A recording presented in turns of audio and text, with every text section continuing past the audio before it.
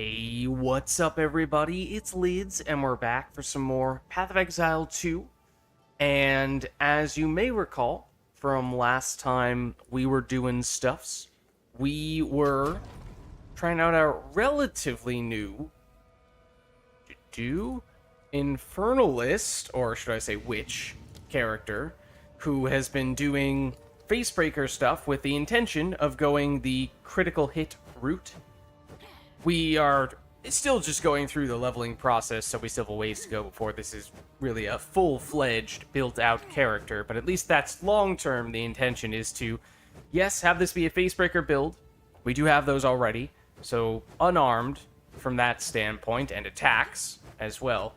And we do plan on scaling both crit chance and crit damage, so we're basically critting functionally all the time, if not truly 100% of the time, and also getting ludicrously high critical damage bonuses as well.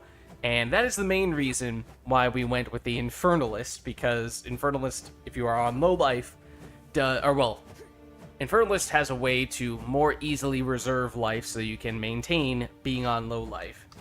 And if you are on low life, then you can get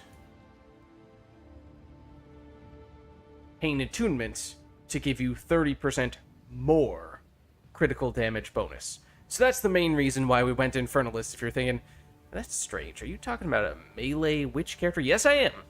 Yes, I am. Technically, we may still be able to throw in a few spells here and there as well, but that's mostly going to be an afterthought, if anything. So that's where we left off last time, was just leveling up this character, and we got, partway through Act 3, if I remember correctly? And I had said before, and it remains the case, that I have not progressed, at least with the campaign, since we last were on stream here. But what I did do was off stream, I made a point of taking this character through the ascendancy process. So we are actually fully ascended with all of our points on this character right now, which is why you may have caught me slipping up a little bit there on the intro, saying that we are not just a witch, but truly an Infernalist already. So that is new. And the plan here is to go life, which is actually kind of significant even on these little nodes, that for reasons we may not talk about all that much today, but it will obviously give us tankiness, but also some offensive capabilities as well. But I digress. So those are just the little nodes. Altered Flesh, and to be honest, I kind of wish we didn't have to take this. It is actually it is a prerequisite for the stuff we really want. And because we have to take this, it prevents us from taking one other point that would have been really nice, but we just can't afford to squeeze that in. So this one, I mean, technically, if we have high chaos resistance, and yeah, mostly if we have high chaos resistance, then we can potentially get some additional damage mitigation from it, but outside of that, it's either functionally not doing much of anything, or it actually can be a debuff if you don't have good chaos res. So this one is frustrating from that standpoint. It reminds me of Sanguimancy to an extent on the Blood Mage, which I think has that since gotten buffed? Well, they made that actually cost 0 points, so that is similar in that it is also basically a prerequisite toward other really good ascendancy points that you probably want to take, and rather than, in the case of Blood Mage with that Sanguimancy node, rather than forcing you to basically take a 2 ascendancy point penalty to reach that prerequisite, they said, alright, we're going to give you that one for free, and then you can go on and take all the other stuff that you want in addition to that. So I kind of wish that or I guess this could still happen, but it would be nice in the future, or, if tomorrow they came out with a patch that said, you know what, for Infernalists you get Altered Flesh for free, because the things we do want to get behind it are whatever this person's name is, Hand, Will, and Gaze, which all reserve 25% life, which means collectively that's 75% life reserves. That gets us automatically on low life all the time. So that's where we enable that pain attunement that I was talking about before. And in doing so, you might be saying, well, isn't that kind of a nerf? Well, sort of, in a vacuum. Reserving reserve, in case you're not familiar with it, basically means that it's almost as if, despite technically having the usual maximum life value that a character would usually have, we are never allowed to exceed, in this case with all three of these, 25% max life, because we're reserving 75% of it. So, in practice, our life pool is actually much smaller than it would otherwise have been. So, surface level, you would think that is probably a nerf, right? Why would you ever voluntarily take that? Well, we do get some good stuff in return here. Based on the amount of life that we are reserving, we get a flat amount of energy shield, which actually may end up being probably is going to be our primary source of energy shield on this build, so in some ways our main form of defense. So that's a thing. Here we're going to get spirit based on how much life we're reserving, and this is why I was alluding to before how, in part, why I was alluding to before how having higher max life does give us additional benefits beyond the tankiness, because since we're reserving a fair bit of that life, it's actually not doing that much directly on the life side for tankiness. I guess it is indirectly leading to energy shield. Anyways, that's not critically important. The spirit, that does, of course, mean that we can use more spirit skills and or get more aggressive with the support gems on our spirit skills, which... how critical is that going to be? I have yet to 100% determine what we're going to do with all the spirit. The exact number we're going to land on is a little bit tricky because it depends exactly on how much life we have, of course. So that is somewhat dependent upon exactly what level we are and exactly what gear we use, all that stuff. Even we have picked up some gear for sure, so there's already a decent sense of what that number is going to end up on. But there are anywhere between 1 and 3, no, between 2 and 4 spirit skills that I can think of that we may be interested in using, and so need to test them out a little bit and see if there are any support skills on or support gems on those spirit skills that may increase the costs that could affect exactly how all those things play together. But in practice, that means it's going to be certainly at least a lot more spirit than you would usually have on a standard build. Actually, let me check what Path of Building is estimating our spirit number is going to be. Looks like Path of Building is saying we may come in at around 200. So, roughly double what you would usually have on a standard build, at least one that isn't going out of the way to scale additional spirit, of course. The last one, yes, is again reserving life, but in this case it's to get mana. That's considerably less interesting, and if we had the option to reserve the life and get something else in return, I probably would do that, but unfortunately we don't get to decide how that works. Can we reserve life to get more crit chance or crit damage, please? Unfortunately, it doesn't work that way. And if we did somehow have an extra couple of ascendancy points to spare, like if Altered Flesh were free, or if we could reserve 25% life without relying on this, which technically is possible, but it's kind of exorbitantly expensive, which is why that wasn't the plan, we could go for Grinning Immolation, which would be another way to give ourselves even more crit damage, so it would get pretty insane at this point. Once again, does come with a pretty sizable downside, and in this case, it is not really something that we've planned around for the build, so it would require making at least some potentially significant adjustments. So it's not that realistic, and it's just a hypothetical, theoretical situation, but in an alternate universe, I wish we could squeeze this in as well, because it, in theory, you look at the huge crit damage number there, and you say, well, obviously you want to take that, but unfortunately, it just didn't quite work out. Could you look at this and say, I'm pretty sure we were saying this last time, but could you look at this and say, well, 50% more crit damage is better than what you're getting from Pain Attunement? You should instead build everything around that. You know, yes, that would have been a smart way to approach it, if in fact we had started by looking at this build, or looking at this ascendancy, and asking ourselves how to make the most use out of this, rather than approaching this from the perspective of trying to find something that fits with Pain Attunement as the starting point. So, anyways, theoretically, I suppose we could find a way to pivot out of going Pain Attunement and instead going with Brimming Immolation, because Pain Attunement itself has its own limitations and restrictions that gives us, but again, I digress. So, that's where we stand there. You may have noticed that I deliberately, or maybe deliberately, did not yet click on those ascendancies that I was just talking about.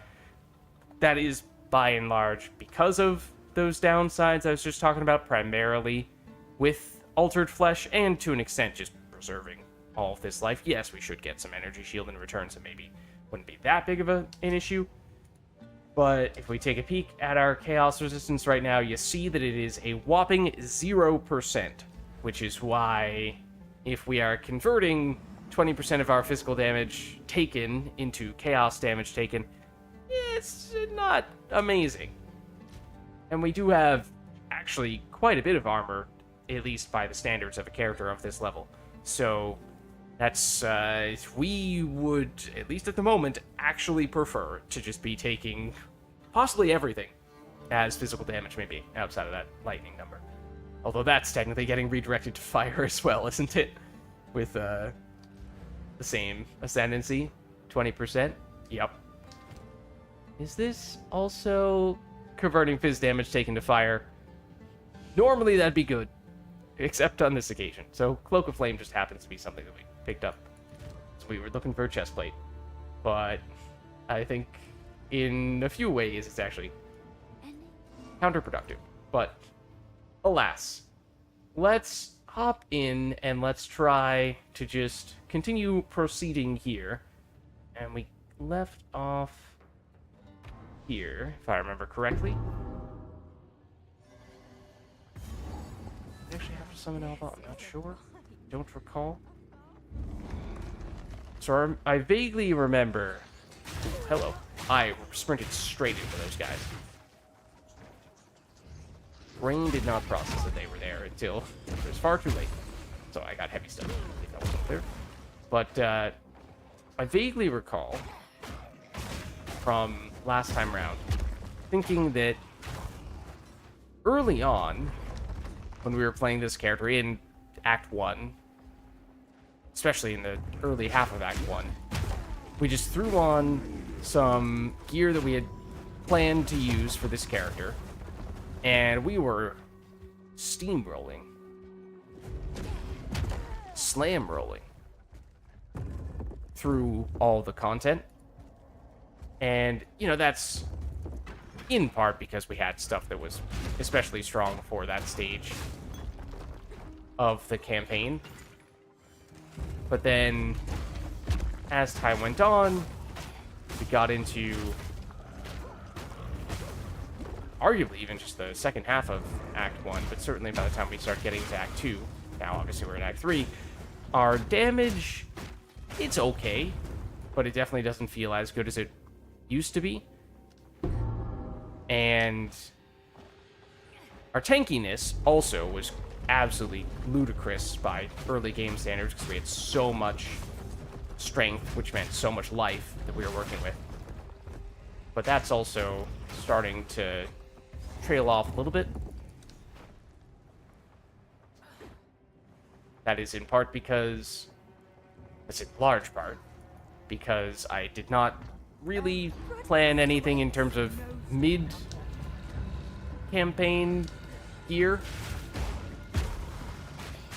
Came up with some stuff at the beginning that I wanted to use, and I definitely started building stuff or picking up stuff for endgame. We're still just missing one, really two, I guess, categories of things for that.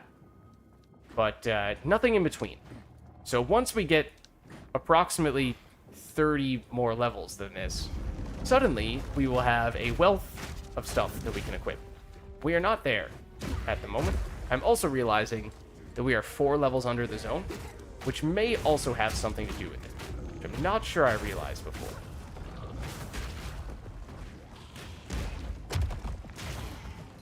That sounds like a ton, and it's a fair bit. It's not an absolutely crazy amount, but it's kind of borderline in that regard. Admittedly, I only just came to this realization, so I've not had much time to think about that. You're a raid. You are running away from me. You know what? Forget about you. Ain't nobody got time for that.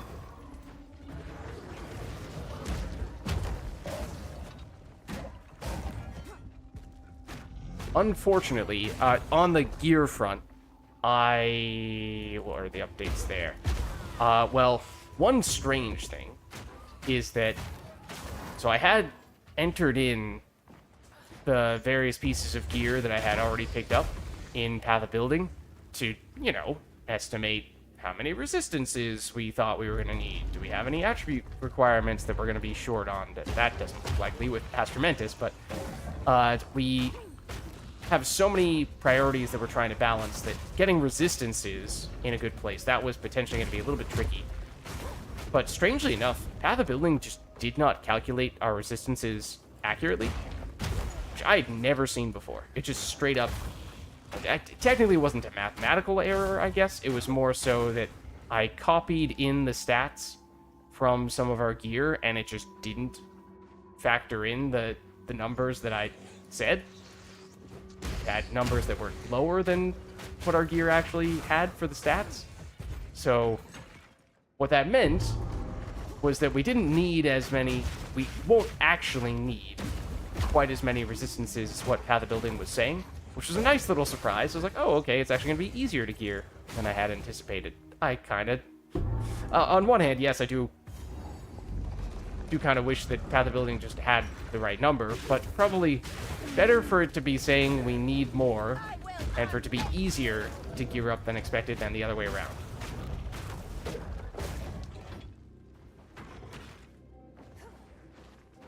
Right in thinking there was something else over in this direction. Well, the exit, eventually. What's this? I'm not sure. What's this one? So, anyways, the whole point of saying that was that, is the boss? Oh, it is. Okay, well, he will give us more damage if we are to. We definitely did want to seek him out. I just wasn't necessarily thinking he was going to be the first of the optional things that we would run into. This is a good demonstration of, yeah, our damage definitely is not what it used to be. We do still have very high stun capabilities, despite our somewhat lackluster damage. So that has in many ways become our best source of damage, especially against the big boss enemies. It's just eventually stunning those enemies. Okay, maybe not. Just completely blocking in front of all their big attacks, which, to be fair, was something that I was able to do at the beginning, because we were just so tanky we didn't even care. It's kind of nice. I appreciate that. Okay, well, that's not a good place to stand.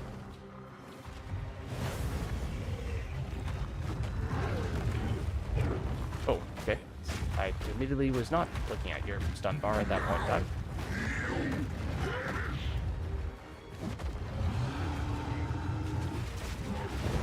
Oh, that was still an area where you're doing that. I did not realize that. That's a surprising area of effect for that.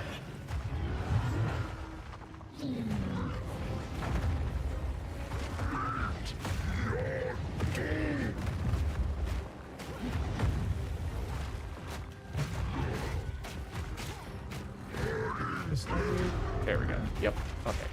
Should just about be the end of here. There we go. Okay.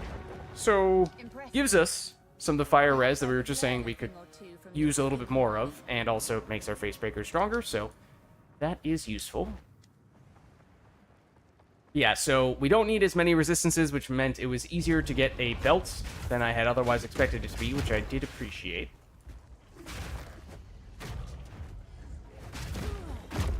However, so that was a good thing. However, the chest plate, which is one of the other big things that we still need, I did get a belt along those lines. Assuming that my corrected Path of Building stats are now actually correct, which obviously we shall see.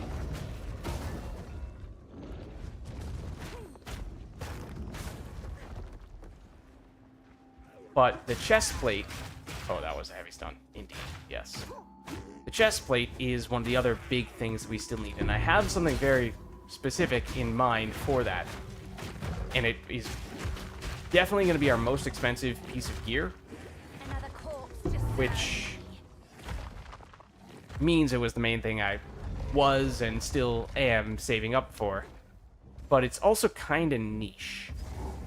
So, unfortunately, the particular version, the particular item that I was eyeing, that I wanted to purchase from someone that I was saving up for, has either been taken down or someone else has purchased it. So it appears to no longer be available, unless it magically reappears sometime soon. So that stinks, because it either means that we will need to settle for something inferior, and the particular item in question is something that has a wide range of potential rolls, so there is a potentially very big difference between getting one that is rolled the way we like and one that is not quite rolled the way that we like. So we'll either need to compromise there, or we'll need to save way more to get a way more expensive version of this chest plate that may actually be better than the one we had intended, but the reason why I was targeting the one that I was going after was because it seemed like it was actually somewhat affordable, whereas the other ones, much less so. Okay, 1 second, just double checking where we want to go here. So we targeted Hollow Palm early, so we have that. Then we made it around here so that we had access to Zealot's Oath potentially, although I'm not sure we're going to need that. At first I thought we would, but now I'm less certain. Pain Attunement, yes, which now that we have the ability to reserve all of that life, we could use. It does still, of course, kind of necessitate that we get some crit scaling for that to be more meaningful. So it may make sense for us to first start doing some of that crit stuff. So, in that case, I'm eyeing this cluster here.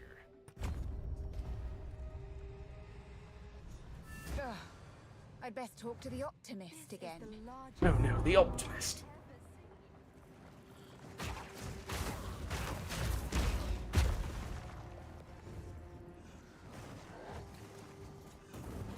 You should have served me.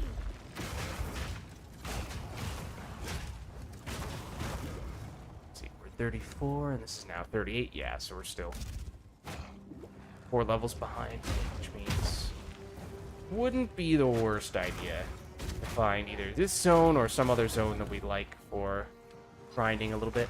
So the problem is, in case you did not know, is in fact, ow, that's going to hurt a lot. There is in fact an experience penalty if you are significantly higher or significantly lower than the level of the zone you're in. Exactly how much of a penalty actually depends on what level your character is. If you get more wiggle room, the higher up your character level gets. We're still a low enough level that I don't know if that wiggle room has increased at all yet. Which means we do care, should care a bit about what level the zone is relative to our character level. obviously, by being in a higher level zone, in a vacuum, yes, those enemies do give more experience, so it's not quite just a matter of, okay, binary, are you getting penalized because your character level differs too much from the zone level? It's a little bit more than just that. Which is why I say, well, it's not the end of the world the way it currently stands, but it's not ideal. Probably would rather be 3 below instead of 4.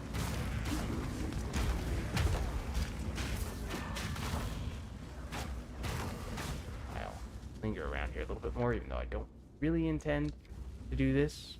But that would, of course, be a theoretical way in which we could... Excuse me, please use the skills that I'm trying to tell you to use. Thank you. Obviously, it would be a way to fight more enemies.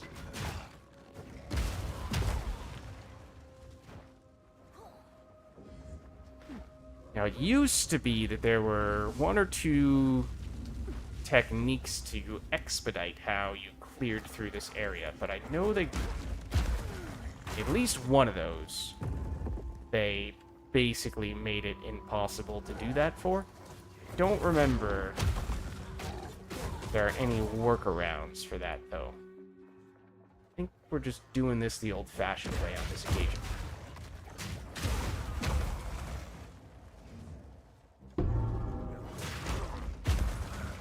Looking for, of course, the other quest item on the theoretically other side of this area.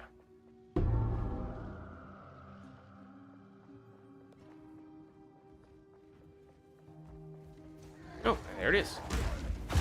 Nice. That looks painful. The other thing that may also be a factor, going back to the whole, hey, our damage doesn't feel as good as it once did idea, is that, for the most part, for single damage, we've just been using the default attack, which is nowhere near as bad as it is in PvE1, don't get me wrong, but still probably could be better. We do have this Rolling Slam for an area skill, but we very well may stand to benefit from actually choosing a dedicated single target skill that is not the default attack.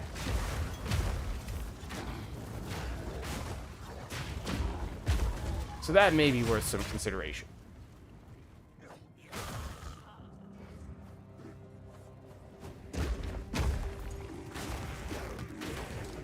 Especially given how we are, yes, about to go into another boss fight.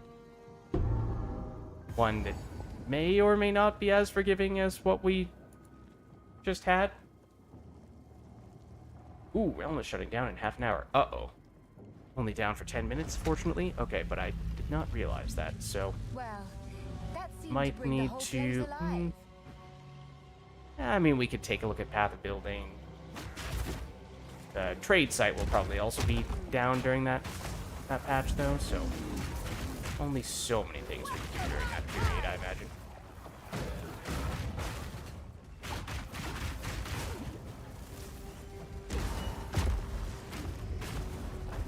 Deliberately, again, kind of going out of my way to attack more of these guys than I would usually attack, even if this is probably not the most efficient way for us to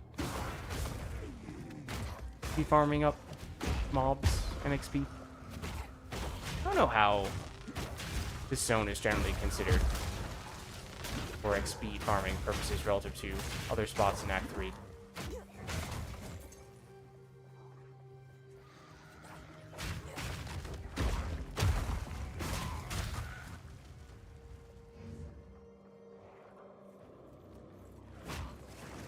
Not that we're necessarily trying to get a level before that fight, but it wouldn't be the worst thing in the world. I don't think that's going to happen, though.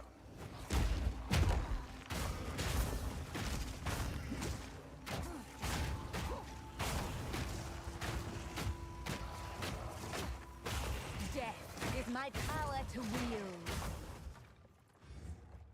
That is not an entrance. I do know that I'm currently going in the opposite direction of boss. That is for the aforementioned reasons.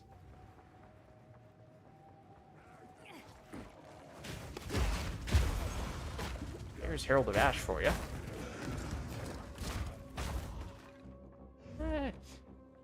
And we might need to divert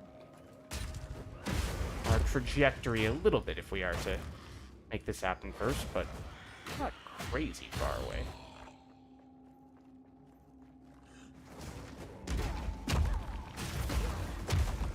Help if I actually hit that. That's more like it. And there we go. Not that that's necessarily going to be a critically important level, but now I think, as we were saying, we're a little bit more on pace with where we'd like to be experience-wise relative to the zone. Obviously, that being said, we are probably about to go into a different zone that is one level higher than this immediately after the boss fight, so we're really keeping pace where we'd like to be, or are we saying that only to almost immediately fall back behind? Also, it's not actually that far behind. That might even be the highest level we can do right now. Okay, so this might still be kind of painful, is what I'm getting at. And by painful, I mean at least slow. Although our lightning res is quite high.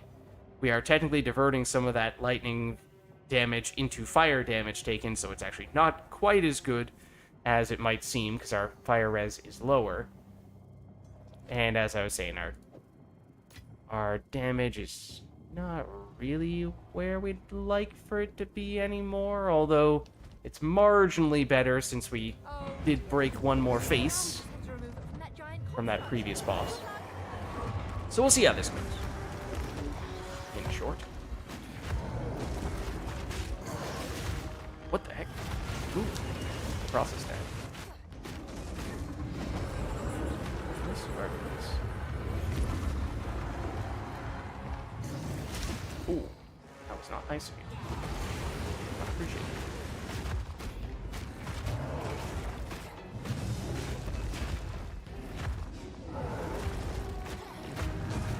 Stop that. Oh, and that was a stun. Okay. Yep, could have made more of that. But I realized that a little more quickly. I did not realize you were facing that direction. You are taking down our totem very quickly, and I do not appreciate this. Uh-oh. Now that does get more,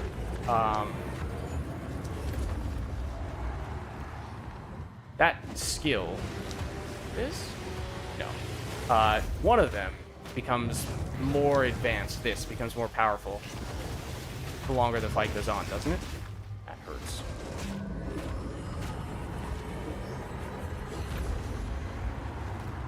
So technically, by having a low damage build, there's a bit of a feedback loop that way. Up behind him that is actually really hitting us, or at least not much. It's not needed, necessary. That's fair. This. Yeah. The number of times it does it. There's one iteration the first go round, two the second time, and that was three that time. At the very least means you have to dodge more. Uh-oh. Speaking of which, 1, 2, 3. There fourth? No? Oh, hello. That's not what I thought you were doing. Nor was that. Should be able to get you quite soon here. There we go. As long as you don't zap us afterwards. So yeah, not setting any speed records here. Which again, had we gone and actually picked a single target skill, that probably would have helped. Okay, so I think we're good here then. Why don't we head back up to... yes, here. What's up, Roach? How's it going? It is very similar to Diablo. It is certainly the same genre, action RPG, and in many ways, it was made by developers who were huge fans of Diablo 1 and Diablo 2. And then they didn't like Diablo 3, and so they basically said, you know what? We're going to do it our way, and we're going to do it better. And so that was PoE 1, which was 13 years? Oh, gosh. 13 years ago? About? Something like that? This is PoE 2, which is technically still in early access. But it is not a coincidence. Not only is it the same genre, it is technically also in many ways a spiritual successor. In the case of PoE 1, some might say it is what Diablo 3 ought to have been.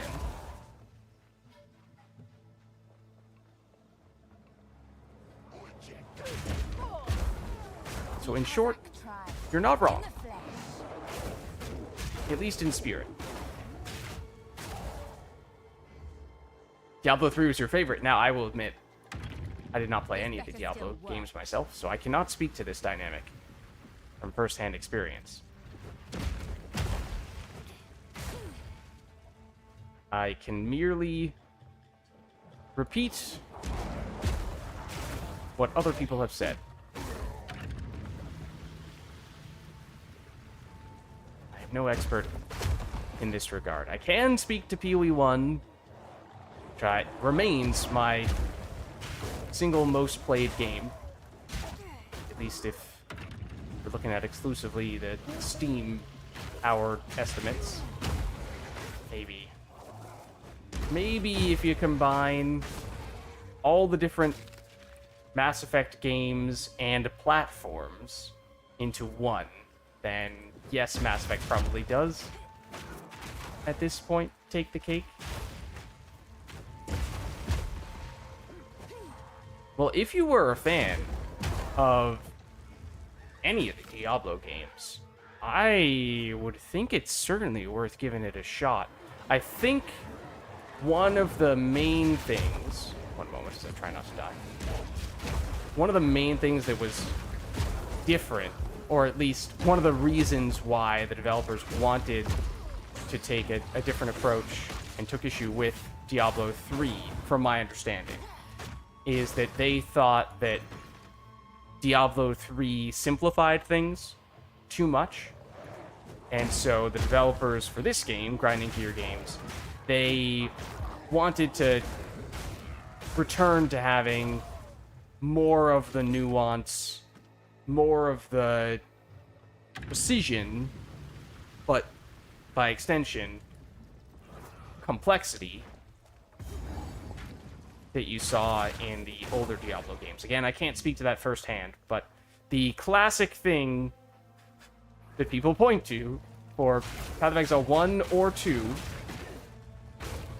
to quickly and easily demonstrate this point would be the skill tree, which I can do if you would like. But if I am to do that, then I have to ask you to brace yourself. I don't know, Roach, just how interested you are in particularly the incredibly incremental customizability of your characters. Is that something that you like? And if so, to what extent?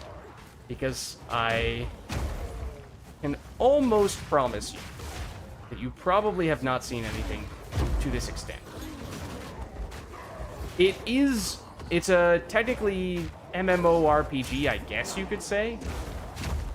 An action RPG that is totally playable single player, but it is also playable with up to 6 people co-op in the same area at the same time. Right now, I'm just going with myself, and only myself.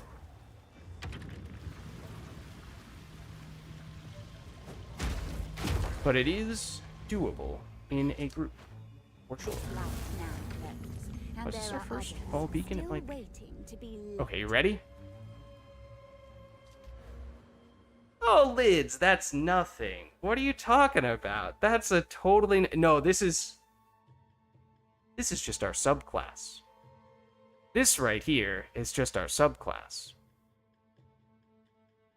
Can you play with control? Yes, you can. You can. Certainly in PoE 2. I think in PoE 1 as well. Yeah.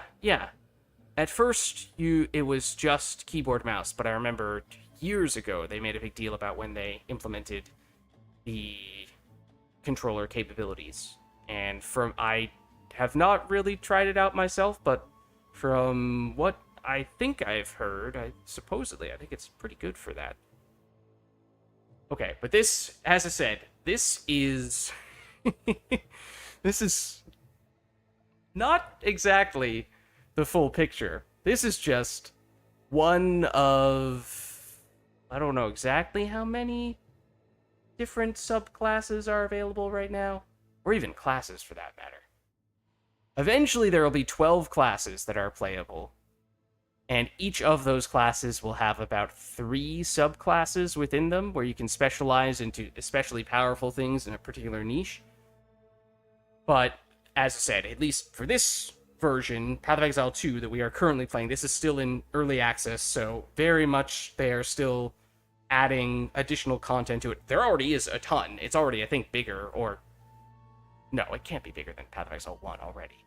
At least not in some regards, but it's already a huge game with tons of content in it. But, the big picture, before I zoom out to show you the rest of the skill tree, yes, zoom out, you'll see just how much. The overarching idea with this game is, as I said, crazy amount of customizability. Basically, you can do almost anything you want with almost any character you want. There are some things that certain characters are probably more efficient at doing than others, and there are certainly some things that are unique from one character to the next, but if you can imagine it, you can almost certainly do it. So, with that in mind, one of the ways in which the developers have executed that for both Path of Exile 1 and Path of Exile 2 is that there's one really big skill tree, and rather than having each different class have its own skill tree, instead, your class determines where you start on that big skill tree. So, for example, if you're a melee character, or if you're a class that tends to tailor itself more toward melee stuff, you probably start in an area that is in and around more skill points that will give you melee damage. Whereas if you take a class that is generally more spellcasting aligned, then you're probably going to be in and around more spellcast boosting points. But technically, you do still have access to everything. It just might take you a few more skill points to path around the tree to get to the place where you ultimately want to go. So again, almost anything is possible on any character. It's kind of just a matter of what is and is not efficient in that way. So, with that being said, our character starts here from this point of the skill tree, whereas some classes would start here, some would start here, some would start here, some would start here, and some would start here. This middle area here, this is exclusive to the subclass that I selected. But the whole skill tree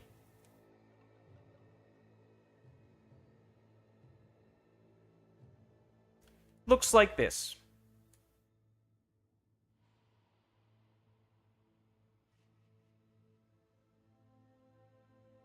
It is over 1,000 points.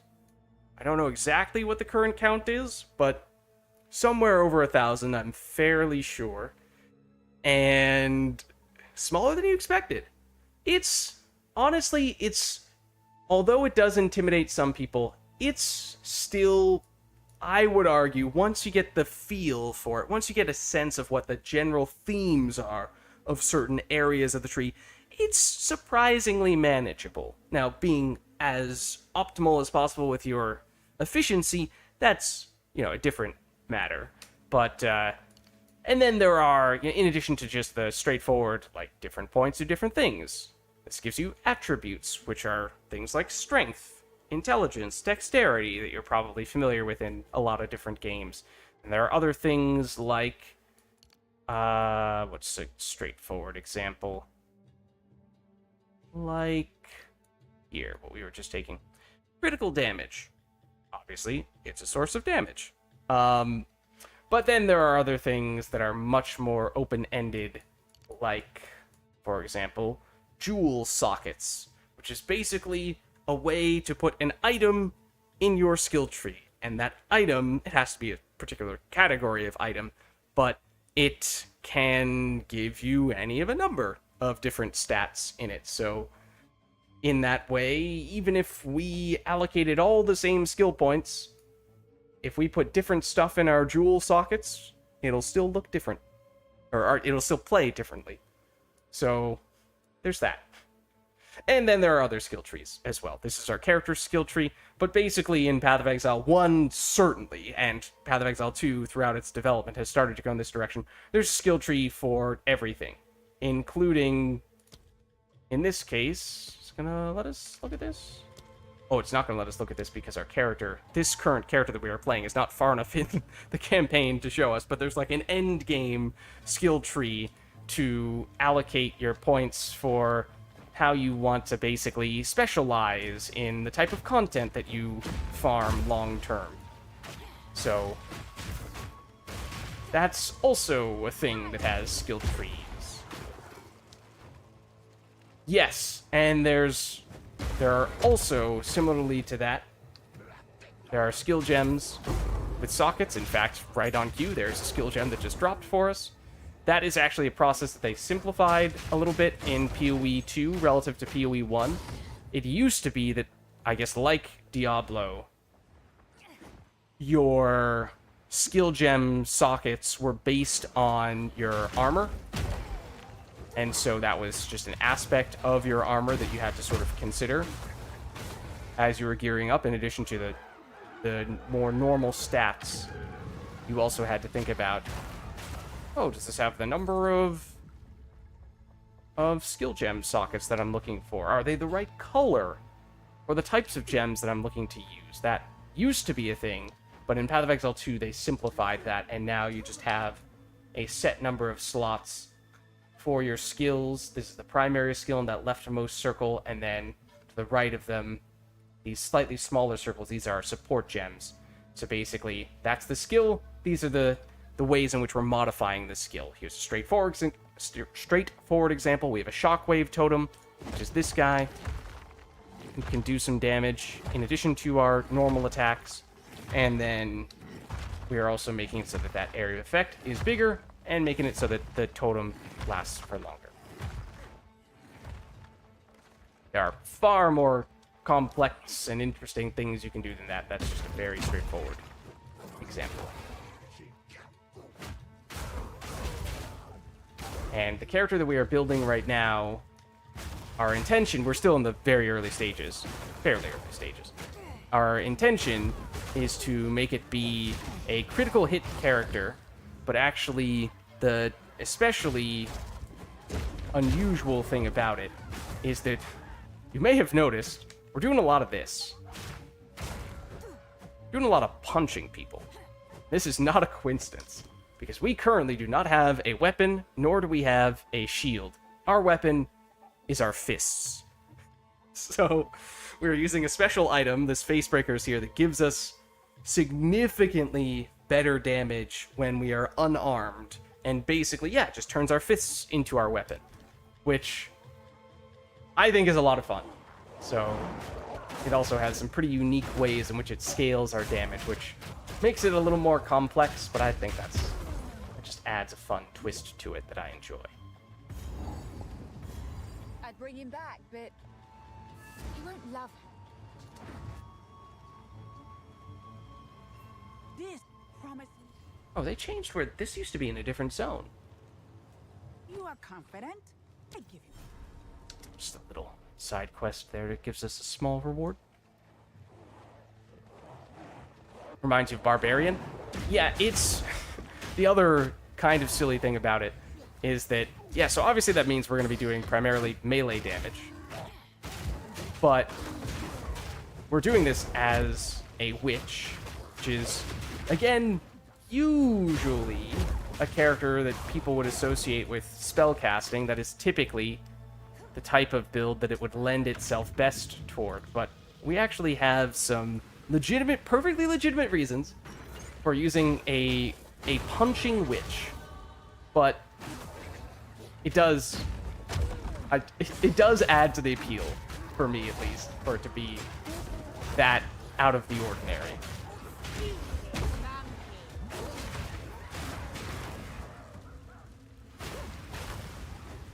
And then we also have a sort of semi-passive ability that is making it so that if we kill an enemy, any excess damage we have, any overkill damage we have, will make enemies explode in that little fiery burst, which can hit nearby enemies. So that's, see there, that's where the fire is coming from. And the fists also, in addition to giving us damage from the face breakers, some of the phrasing or the way that it works is incredible, but it does also give us additional chance to stun, and it gives us bonus damage based on how many bosses' faces we have broken. And yes, it is phrased that way. A second, when I'm not actively being swarmed by these guys, I'll linger on it for a little bit longer.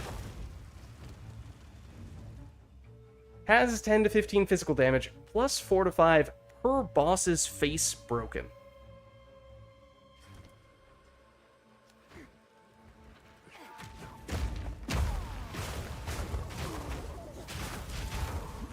So yeah, if you liked Diablo, and you especially like customizing your character in your own way, I mean, of course, many people will just sort of follow the meta, as you might imagine, and as with many games, there will be experienced players who are very good at finding ways to optimize their characters and may have various guides of different varieties to show people how to set up characters like the ones that they've made. So there are many people who will follow those sorts of builds to design their characters rather than coming up with everything on their own. And, you know, that is certainly, at least at the beginning of the process, when you're just learning about the tree and the mechanics of the game and all that stuff, that makes a lot of sense to go that route. But at least to me, I think that the ability to just go in whatever direction you want with a character, add your own twist to things, however you see fit, that is a large part of the appeal as well. Theoretically not a bad strongbox. If the realm wasn't about to restart for an update in 5 minutes, I would probably do it, but I want to make sure we get to the end of this zone first. It is a long zone. Should be getting close to the end, though.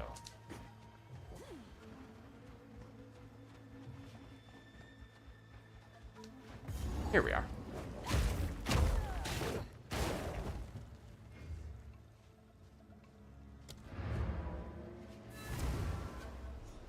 Yes, drain away.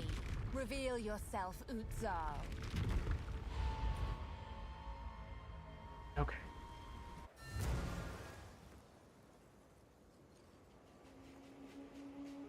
In Diablo, all of your characters are max level, and after hitting max level, you can get Paragon levels.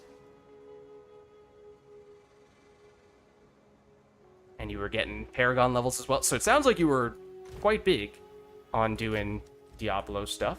So yeah, I mean, Path of Exile 1 is free. Path of Exile 2 is not currently free in early access. It does require, I think, like a $20 key to join the early access, but once it gets to full release, it will become free.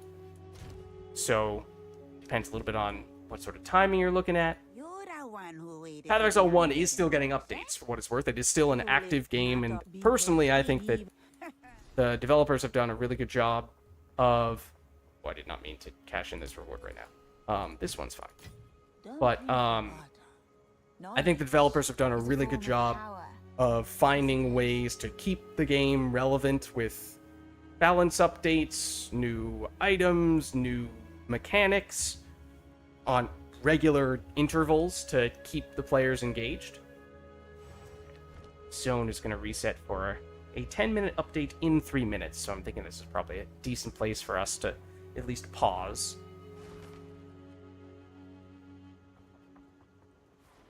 So, Path of Exile 1, what I'm getting at, is very much still an active game that a lot of people still play. In fact, it's probably a bigger game than PoE 2 is right now. But then, once PoE 2 gets out of early access, gets the full release, and becomes free, then it may very well overtake PoE 1, but theoretically, the two games are at least intended to run simultaneously. And now, speaking of the skill tree, we'll allocate this point. Get us some more crit.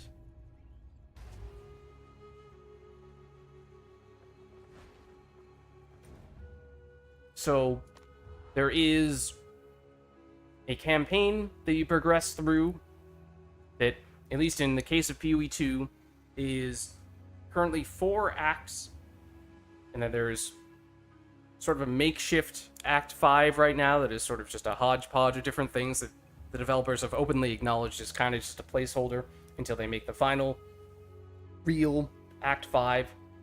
After which, you get to Endgame, and there's a lot of stuff in Endgame. In fact, they just updated Endgame to get a bunch of new material there. So, it's not just a matter of, oh, okay, I've beaten the game, or I've beaten the campaign. There's really a whole lot more beyond that, and Endgame itself is a whole experience onto itself.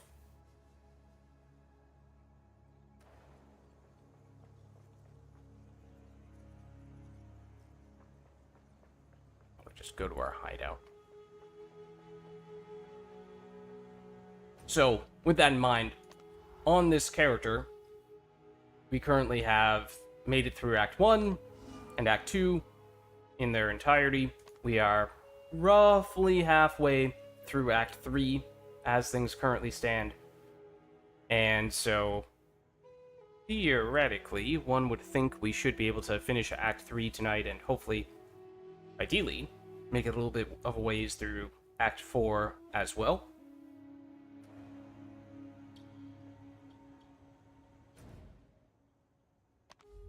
Realm is about to restart for that update. It's our little hideout. Just a place where we can have a stash.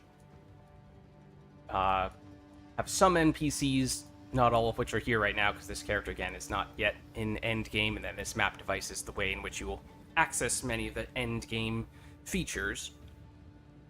But, one of the other things is that... I'm gonna kick us out here, but one of the other things is that, and I sort of alluded to this before, the regular form of updates that the developers do are they do leagues, which there may be a similar concept in Diablo. Again, I can't really speak to that because I don't have direct experience with it, but basically roughly every 3 months, or at least in Path of Exile 1, it's every 3 months, and in PoE 2, they'd probably like for that to be every 3 months by the time they're sort of in the regular swing of things. But they do a new round of updates where they'll do balance changes, they'll add new items, add new skills. In the case of PoE 2, where it's still in early access, they're probably, at times, adding new characters as well, or at least new classes. But they add a particular new, relatively significant mechanic that is sort of the key league mechanic. So what happens is, when they do this update, they restart a new league in which basically everyone starts from scratch. So if you're engaging in this league, even if you've played 1,000 hours of Path of Exile 2, you're starting in the same place that everyone else is starting as well. And so you are creating a character for the first time in this new league. You're going through the campaign, as I was just saying.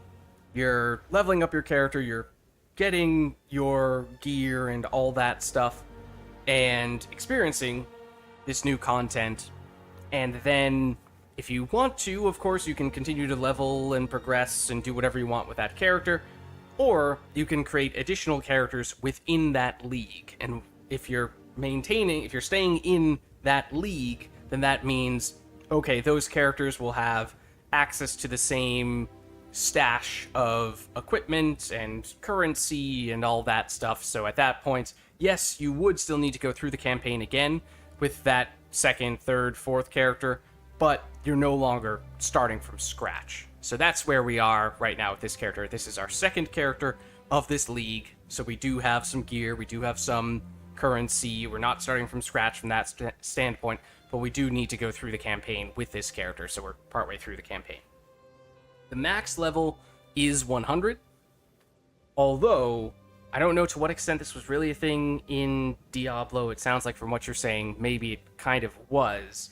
But in Path of Exile, yes, obviously leveling up your character is a major component of progressing through the game, but it's not really it's not as if reaching the max level is the primary and exclusive goal that most people have. Certainly for some people, certainly for some characters, but in most cases, many people, when they're building a character, will sort of plan things out for, okay, I want to get somewhere in maybe the early to mid 90s, and then that's sort of, at that point, I'm going to have all of the key passive points that I want to have, and I don't really think that I'm going to benefit as much from those incremental levels, those incremental skill points that I get anymore, because I've probably already gotten all the big things that I really wanted to target on that skill tree at that point. Anything else is marginal, or the good stuff is far enough away that you can no longer reach it. So, like, for example, this is technically not in-game. This is a separate program, software that is used to plan out builds for this game, Path of Exile 1 and Path of Exile 2. And so you can see what I ultimately plan on doing with our character, and this actually gives you a little bit of a preview for, these are the various subclasses here, so they all have their own unique skill trees that you would only have access to if you were to select those subclasses. And for us, we are over here. And that's just for visual purposes. As you saw in-game, this skill tree will always show up here in the middle. This is just for the sake of showing you all of these simultaneously, and it's easier to scroll out and see the whole thing from this program, I suppose.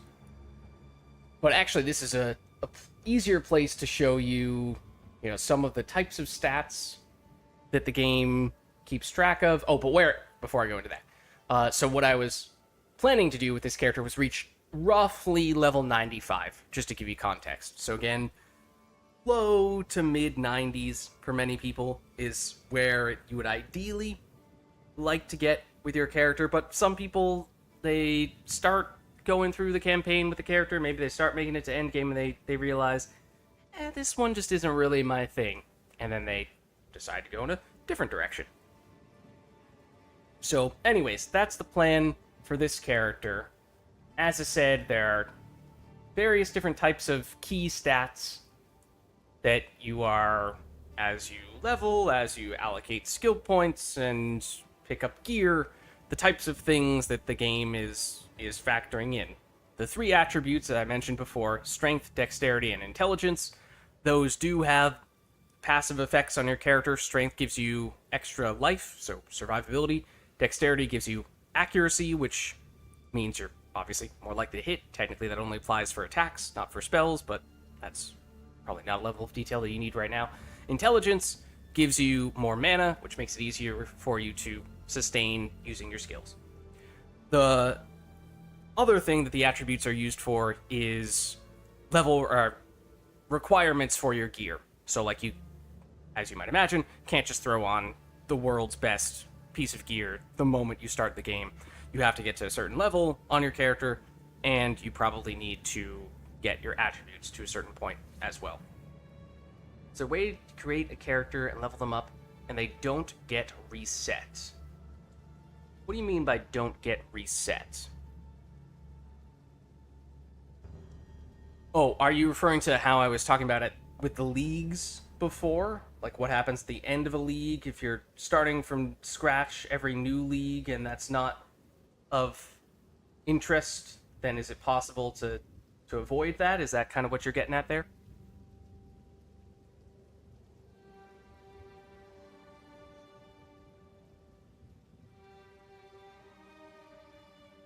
If so, then the answer is yes, but just want to clarify first.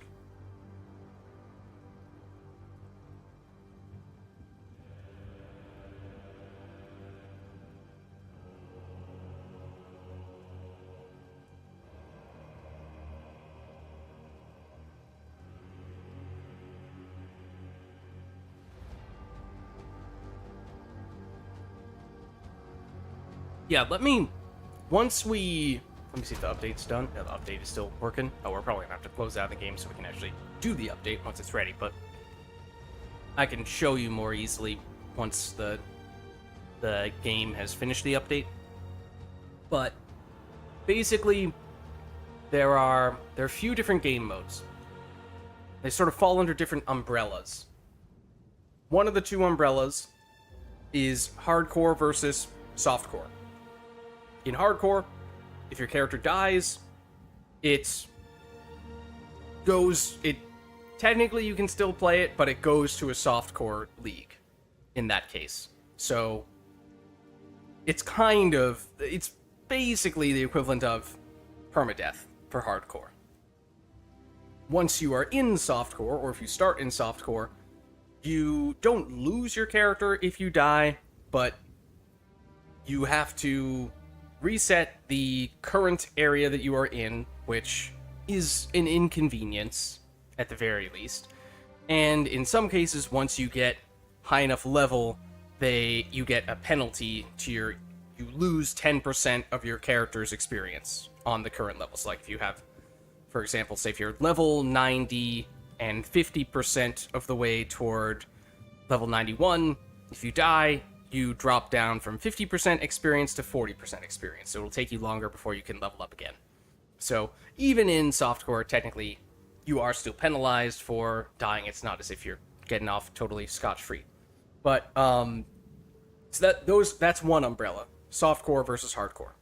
Within both of those umbrellas, you then have two other options. One of which is to go with whatever the current league is, which is what I was describing before. It's sort of this limited time, roughly 3-month events-ish period in which you are experimenting with. It functionally is a bit of like an open beta in a way for new mechanics that they're interested in introducing into the base game. And they are, for sure, by far the most popular league for people to play in. However, you do have the option of instead playing in standard. And what standard is whatever content is in the base game definitively. It won't have whatever is the latest and greatest specific new mechanic that they're experimenting with introducing, but it will have whatever has been introduced in the past. And standard exists in perpetuity. It is always there. So if you have a character in standard, it never goes away. You never have to reset it. It's always available. So if you always want to be playing the same character, you can play in standard. However, in addition to that, technically what ends up happening at the end of this roughly 3-month league period is instead of that character in that temporary league just vanishing in a puff of smoke, instead the character and any currency or equipment that you had gets transferred back into standard. So standard consists of not just everyone who started in standard, it also includes all of the previous characters, equipment, and currency from these previous leagues that ultimately get rolled back into standard. So even if you are to play in one of those temporary, roughly 3-month long leagues, your character doesn't disappear at the end of it. You could, if you wanted to, continue to play after that in standard with that character. So you never lose them altogether in that way. Hardcore is, again, maybe the closest thing to that, where if you do die with that character, then the character gets removed from hardcore and re-entered into softcore instead. So technically, even then, it's still playable, but you're in a different league from that standpoint, and technically that means any currency, any gear that you had in your stash before when you were in hardcore, well, that's no longer accessible because you're in a different set now. I think I've seen a Let's Play or two of Once Human, but I've never played it myself. But I think I'm at least vaguely familiar conceptually with what it's like. I'm gonna try rebooting the game now because it may be back already.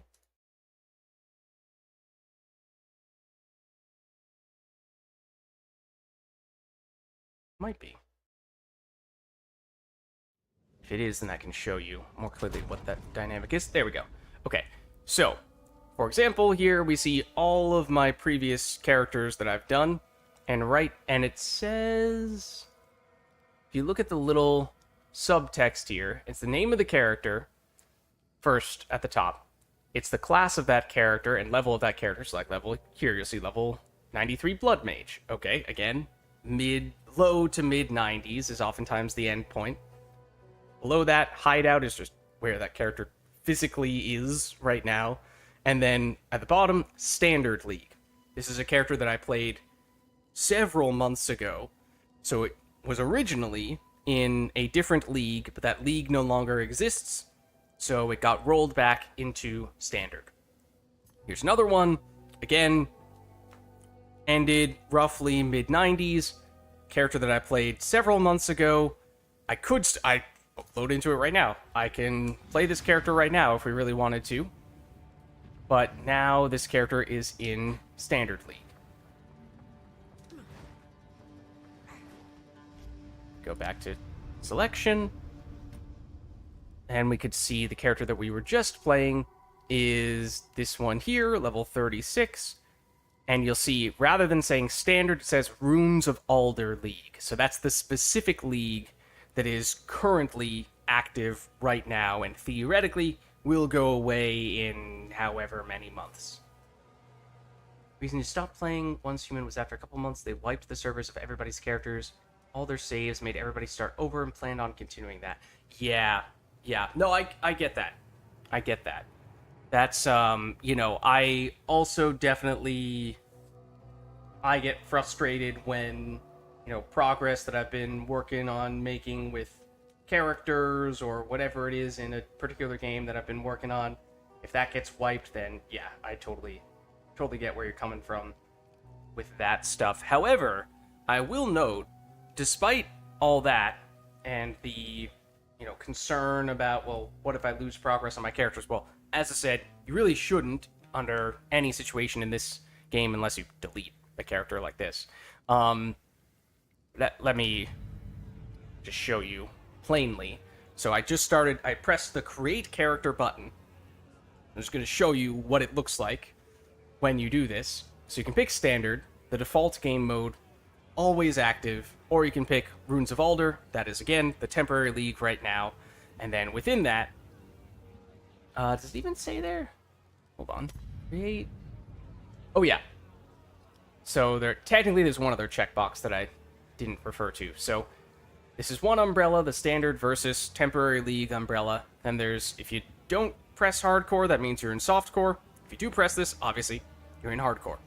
The other thing is solo self-found. So this is where you were asking earlier, is this a solo game or is this a party/multiplayer game? If you click this button, it becomes a solo player game, which some people are interested in doing that because it does change the dynamic a bit. Because if it is multiplayer, then not only can you team up with other people in-game with the actual gameplay itself, but you also can trade gear with other players. So in many cases, that is going to end up being the most efficient way to acquire the best gear for your character.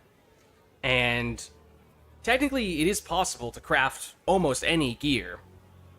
So you can use those sorts of tools to try to build your own stuff. But if you're in a multiplayer league and you're able to trade with other people, then for many people, they may feel like, well, it's just not worth trying to make my own stuff. I might as well just pick it up from what other people have made or other people stumbled across. So if you really want to go all in on doing it all yourself, that's the idea behind solo self-found. You can't team up with anyone, and that also means you can't trade with anyone either. So I've done it once or twice, but generally I do prefer to have the option to trade with other people.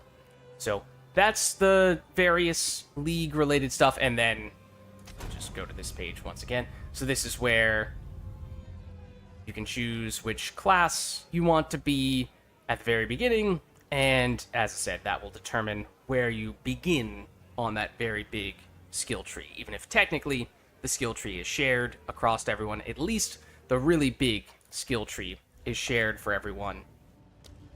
But again, this specialist skill tree, which is called an ascendancy, that is, you only have roughly 3 options per class, and each class has its own unique options. So that is more specific to the type of class that you select. So yeah, I think this does a really good job of balancing between giving people reason to continue playing the same character and really mastering that character, going as far as they want with that character, both in terms of level and in terms of gear, all that stuff. But at the same time, it is by far the most common thing for people to play in those temporary leagues, because usually, as I said, you don't really, in most cases, you don't really find that people are going all the way to level 100. As I was saying, I was planning on going to roughly 95 on this character. Ideally, may not even quite go that far. And at that point, you may not feel like, I'm not sure I'm all that interested in playing that much more in this character. Instead, you might want to create a new character that specializes in doing a different kind of thing. Or, the other thing that happens when a new league starts is, if you take a look here, I've referred to it a few times, but our stash, which is basically the place where we keep all of our currency, which technically there is gold in this game, but it's not as big of a deal. It's not the single universal primary way that you spend money like you do in many other games. More so, it is these types of currency here, which the way that these work is it's a whole bunch of different types of currency, all of which are primarily here to craft gear in a different type of way. So the more common currency does very basic things like turn a very basic item into a slightly more interesting piece of gear. And then in general, the more rare, the more powerful currencies can do that to a greater degree, or with gear that is already partially crafted to get you closer to having a finalized, potentially perfect piece of gear. And so all of the currency has value from that standpoint. It has the potential to give you a way to get more good stuff if you are to use it directly. However, if you are not using the currency directly for crafting purposes, alternatively, it is the primary medium of exchange for purchasing items from other players. So, for example, exalted orbs tend to be the thing that people use for relatively common items that are not crazy powerful, because exalted orbs are not that rare and not that powerful, but they're still useful enough that people have reason to want them. Whereas if you are looking for the much nicer stuff that's probably more along the lines of end game pieces of gear, generally you're going to be trading divine orbs to acquire those, because divine orbs are much rarer and much more powerful from a crafting standpoint, and so they are much, rather than trading hundreds of exalted orbs for one piece of gear, instead you trade a couple of divine orbs.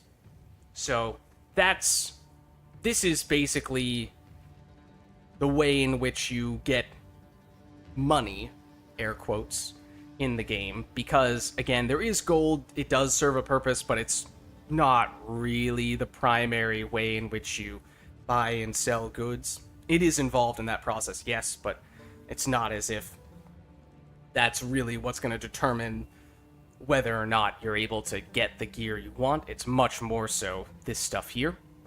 And then this is the gear we currently have on our character. As I said, we technically don't have anything in... This would usually be the weapon slot, and this would usually be either the secondary weapon slot or the shield slot. So that's a little unusual that we don't have either of those things. But then you have stuff like helmet, chestplate, gloves, boots, amulet, 2 rings, and a belt. You have a life flask, which does healing, mana flask, which gives you mana restoration, and then you have up to 3 charms, which are basically semi-passive buffs that you get when certain conditions are met. In this case, both of these activate when we take a certain type of damage, helps to mitigate some of that type of damage that we would have otherwise taken. So that's sort of the basic stuff. And then there's definitely a lot more nuance there, but that's the general overview in that regard. Anything else along those lines that we were hinting at? We started talking about but didn't finish. Any questions about that stuff, Roach? But yeah, it should generally, I would think, be quite similar to Diablo, since that was in many ways the primary inspiration, at least of Path of Exile 1, and then obviously for Path of Exile 2, yes, I'm sure it remained an inspiration, although they also had a lot of their own content from PoE 1 to base it on.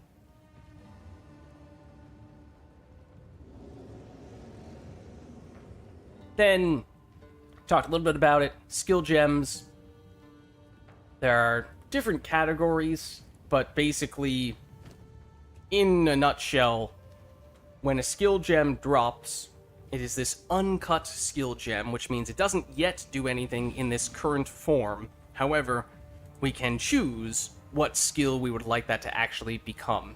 And then once we do that, it gets formalized, it turns into that skill, that's the thing that it is, it doesn't change anymore at that point. So there are various categories that it's organized into to help us more easily parse out what types of things we might want to do. Usually, for a witch, you would again be looking more at spellcasting type of stuff, which would generally fall under this occult or elemental category. But actually, we are using fists, and technically, usually, if you did not have any weapon at all, if you wanted to attack people, you would have no choice but to punch people. And you wouldn't be allowed to use many other types of skills because you don't have a flail, an axe, a mace, a sword, crossbow, or bow. Except, in addition to this special pair of gloves giving us additional damage scaling when we're going unarmed, it also allows our fists to count as a mace. So we are allowed to use mace skills. Where is it? That's the bottom one there. Unarmed attacks that would use an equipped one-handed mace's damage use this... Or second to last one, actually. Can attack as though using a one-handed mace while both of your hand slots are empty. So, in fact, this is the button I've been pressing, Q, which looks like a punch, because it functionally is a punch, although technically, if we look at our key bindings here, it is listed as though that is a mace strike. So, depending on how you look at it, our fists may or may not be maces.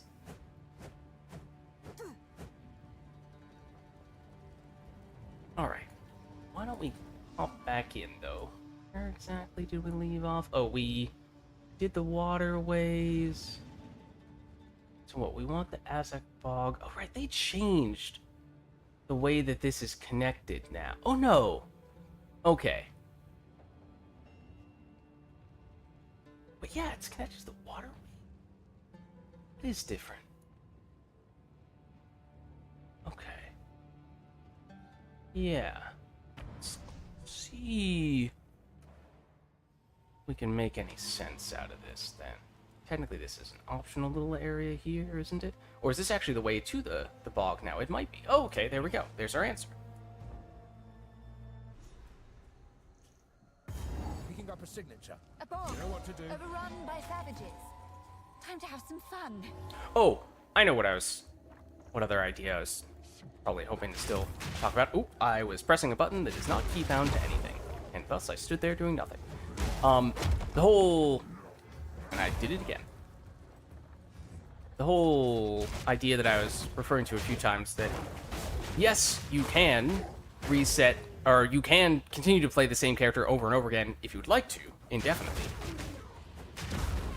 There is actually, it is by far the most common thing for players to start a new character and do the new league whenever a new league comes out, and there are a few reasons for that. Obviously, that's where you're getting all of the latest and greatest content. So from that standpoint, there's definitely some FOMO if you don't engage in that new stuff right when it comes out.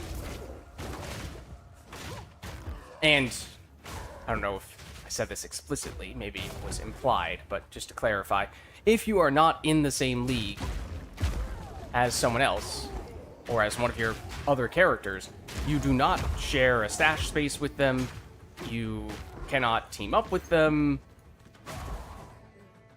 You have to be in the same league to do that stuff. But if you are in the same league, then you can.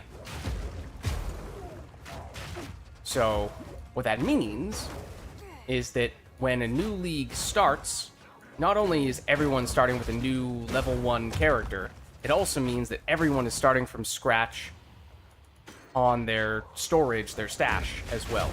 Which may sound like a downside, except there's some intrigue to that, because it also means that you have reason, everyone has reason to start anew. You know, if you already feel like, kind of... In the previous league, maybe I got a whole bunch of currency, a whole bunch of items. I kind of have everything I need. I don't really need to get anything else.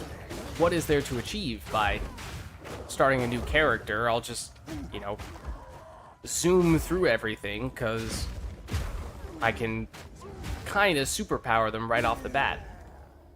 And I don't know how interesting that really is. By starting anew, it sort of re-energizes everyone, I think, in a way. Gives everyone reason who wants to start from scratch again, reset the economy of the new league, if you will, which is a thing when it comes to how much currency one tends to need to give other people to purchase the items that they're looking to get, all that stuff. So it's a little hard to conceptualize all that stuff and whatnot when you haven't tried it out firsthand. But I assure you that as someone who has played Path of Exile 1 or 2, not 100% of the time, but at least for very long stretches of time, since 2014, if I ever deliberately created a new character in Standard, I don't know if I have. Occasionally, if I was interested in seeing, oh, hey, yeah, what did I do for that old character? How did I build them? Sometimes I'll go back to see them for that. I'll try to trace the next signature. But it's not as if I am regularly going back to old characters. Every once in a while, for nostalgia's sake, you could do it if you're like, oh yeah, I remember when I played a character that specialized in doing this thing a few years ago. That was fun. Maybe give him a quick second glance. See what that was like again. Remind myself of that.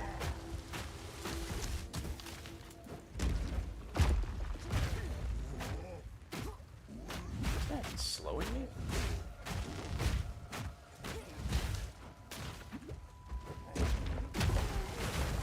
Just go away, dude. Thank you. It's like Alchemy Orb, for example, that just dropped there. That's a piece of currency, which is not valuable, not especially valuable for us at this stage, because, again, this is actually our second character of this league, so that means I can draw from the spoils of our previous character. But if that weren't the case, then that might be more meaningful. Recently did an emulator for Reaper of Souls. I missed the soul of for a second there. It's like Reaper Souls? Like, is that a Dark Souls game that I've never heard of? No. Reaper of Souls. Gotcha.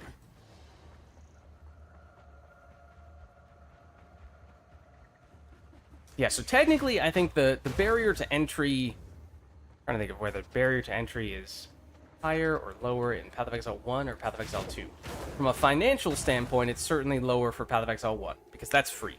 So you could just download it right now and do whatever you wanted. You could just check it out, and even if you don't like it, you know, no skin in the game, no worries. Whereas PoE 2, I think is $20 if I remember correctly. Which, maybe 25. Don't quote me on that. But I don't think it's any more than that. So, from that standpoint, it's gonna cost you a little bit. But, being a newer game, it might not have quite as much going on, so it might be a little bit easier to get up to speed on it for that reason. Did I miss one? Yes, there we are. Borrowed power is still So this gives us power. fire res and item rarity. We're now up to... Ooh, nice. Yes, I do recognize the name of it once I read it correctly. I just did not read it correctly the first time.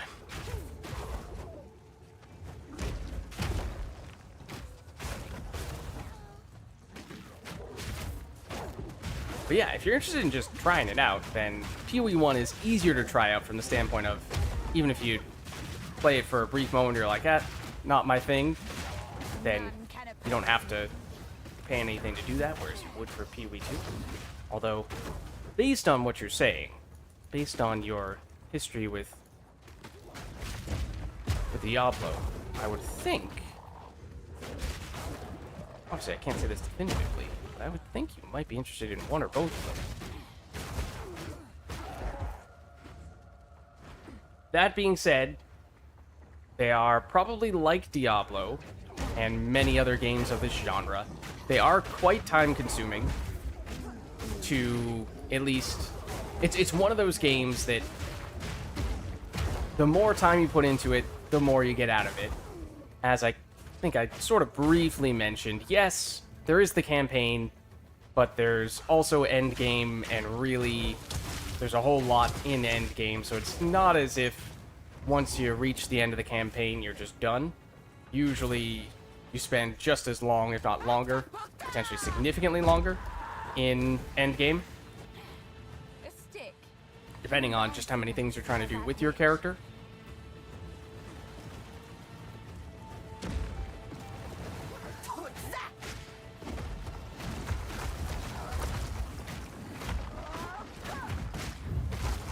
Oh, that hurt a lot more than I expected it to.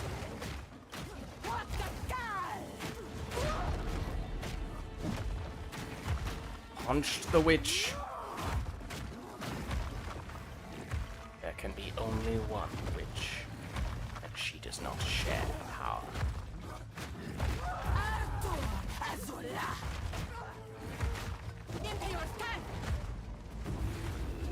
Okay. Muck bad indeed. I'm surprised that didn't kill our totem.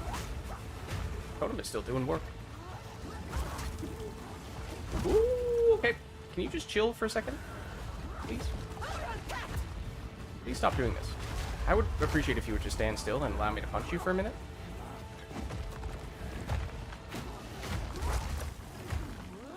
Rather than forcing me to continuously dodge all over the place. As soon as I replace the totem, you move. How dare you?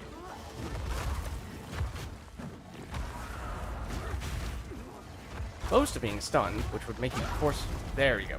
Forcibly make you stand still, which I would appreciate.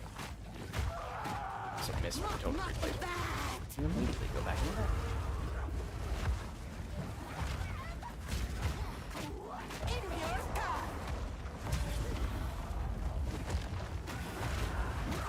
No, stop that. Ooh, don't change the camera angle. So yeah, our damage is definitely not as high as we'd like it to be at this stage, so this is definitely taking longer than we would typically like this to take. For context, this is obviously a boss fight, as you can probably tell.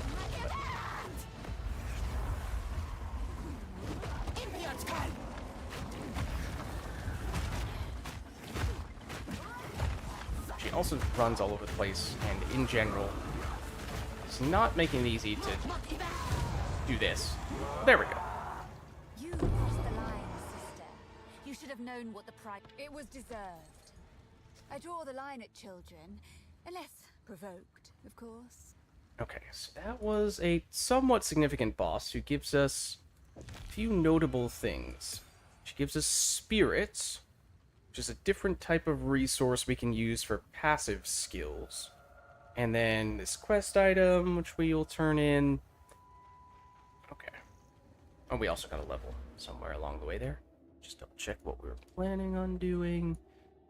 Let's see.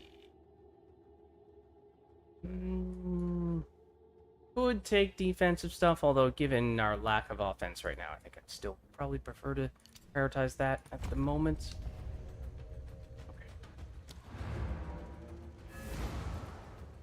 So, with regard to, since I've mentioned this a few times, why some people don't take their character all the way to level 100, yes, it may be that getting your character to a certain level so you can reach certain points on the skill tree to do some of the big things that you're trying to get your character to do, that may be a thing, although in many cases, players don't really, these are half decent, players don't really assume that they're going to make it all the way to level 100 when they do that. The amount of incremental experience that you need to reach those last few levels, it goes up dramatically, like exponentially for 98 to 99 and certainly 99 to 100. I think 99 to 100 might be more than every other level combined, at least in PoE1, I think it is. So it's no small feat to do that. So for some people, that's the big accomplishment they want to make. But for other people, it might be things like getting a character that can effectively complete certain types of content, like particular endgame boss you want to specialize in, or you want to... The general endgame process is quote-unquote mapping. So the endgame zones are called, or at least in Path of Exile 1, they're called maps, and technically they aren't called that in PoE 2, but everyone still calls them that in PoE 2. So they're basically the same thing, just by a different name. So some people just want to have the quickest, most efficient mapping playstyle they can get. Other people want to be dedicated bossers, and there are, especially with those unique league mechanics from those temporary leagues that are introducing new types of gameplay, those usually will introduce some new type of, yes, obviously mechanic, but oftentimes that mechanic will have some kind of sort of end game content involved with it. And some of those things deviate more from the standard playstyle than others. So that may require that you have more of a specialized character than others. What's happening right now is someone just messaged me saying that they are interested in purchasing one of our items. So right now I just invited them to our party. So theoretically we could go out and do the campaign together. But the reason why they are interested is because they want to get this item from us. And so they're offering an Exalted Orb, as I said. That's one of the currency types that people tend to use for trading. So we give them the item, we take the currency, we'll stash currency, and they can make it off with that item. So that is an example of something that you would not be able to do if you did that solo self-found, this basically single-player option. In addition to obviously actually going in and doing a actual content with them. Yeah, and that's another thing, is that there are many different things that you can do with the combination of passive points in the tree, ascendancy points within your subclass, skill gems, gear, tons of different directions you can go in. Obviously, in many cases, in some way, most players, most characters are looking for some way to effectively scale big-time damage and or clear speed. Sometimes there's sort of a distinction between a lot of characters will be good at clearing out the relatively basic enemies quickly and efficiently, but that may not translate as well to big boss at the end of an area, so some characters specialize more in defeating those types of enemies. But there are other types of roles you can fill as well, just in that case it may mean that you are more tailoring your character to playing in a group. So you can be a tank, although, and there are some ways you can do some ridiculous tank things, but I would say in general, unless there's some other thing that you're trying to do in addition to just being a tank, that's probably not something that is going to contribute as much to a party, because there are other things like you can apply curses, which is one of the primary forms of debuffs, to enemies.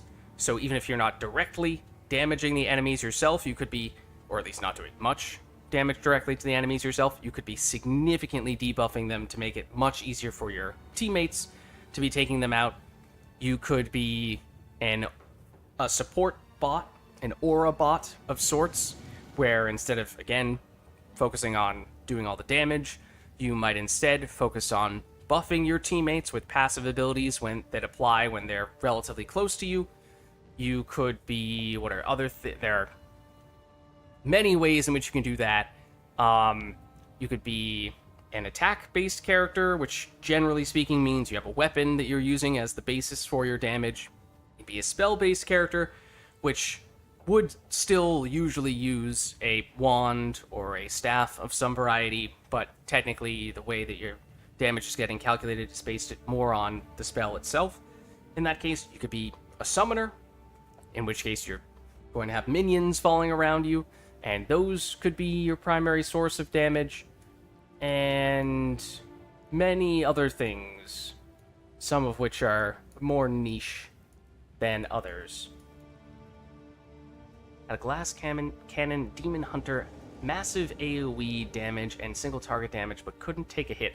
That's definitely a thing, and to an extent that is sort of what we're going for here. The intention with our character is, as I said, we're obviously doing the unarmed punching people build, which does potentially, if done correctly, have some ridiculous damage scaling, but it requires that we go in some pretty wonky directions, so it's a little bit theoretical in that way. We'll see in practice how it actually plays out. But then, outside of those specific, somewhat niche ways in which we're scaling our damage there, what we've generally done with our other characters, and what we're trying to do with this character as well, is go all in on critical hit damage. So, by endgame, at least, we would like to have 100% crit chance, so we're basically critting everything, and we'd like to have ridiculous crit damage, so that when that crit applies, we get an absurd multiplier on that damage.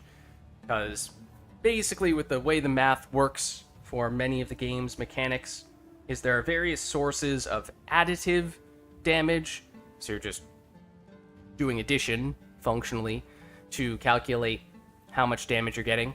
But then there are a few rarer but much more powerful sources of more damage.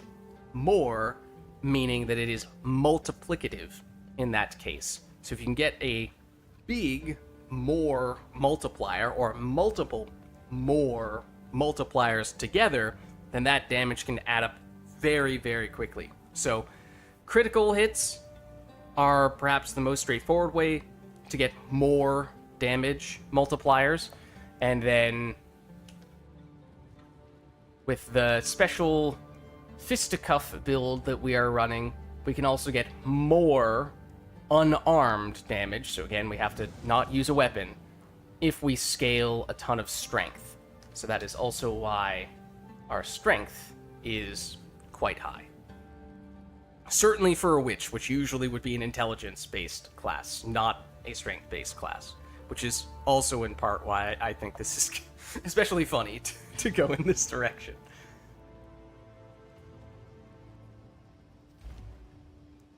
But yeah, actually, Demon Hunter is just straight up the name of one of the classes, of one of the ascendancies. So if you want to go that route, you absolutely can. And let's see, we technically still have not fought the monkey, but I'm kind of interested in getting stronger before we do, because the monkey may still be able to crush us like a jelly bean. Yeah, that's... We're hoping to go even bigger than that. I think this is getting a little confused. This software is getting a little confused because we're doing the unarmed stuff and it's not really calculating that correctly. I don't even know if they've factored this item in to the software yet, but ultimately, does it even show? Oh no. It says we're not allowed to use this skill with this weapon. So it doesn't recognize that our fists are actually maces. Imagine that. But if it did, we'd be around 100% crit chance. And in general, for our other builds, we've been targeting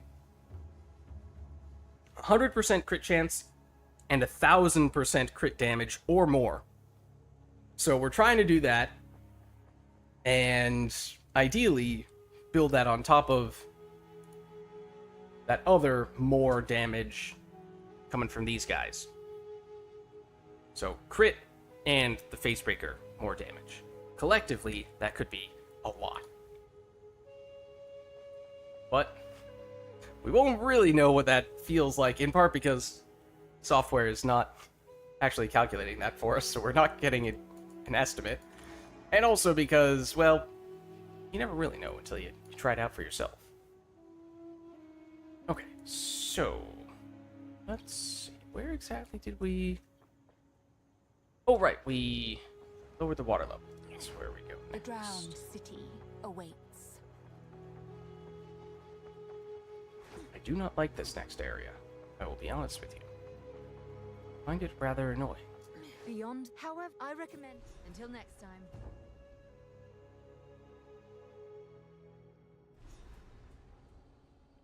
Utsar, wretched and drowned. I'm sure I'd prefer you this way.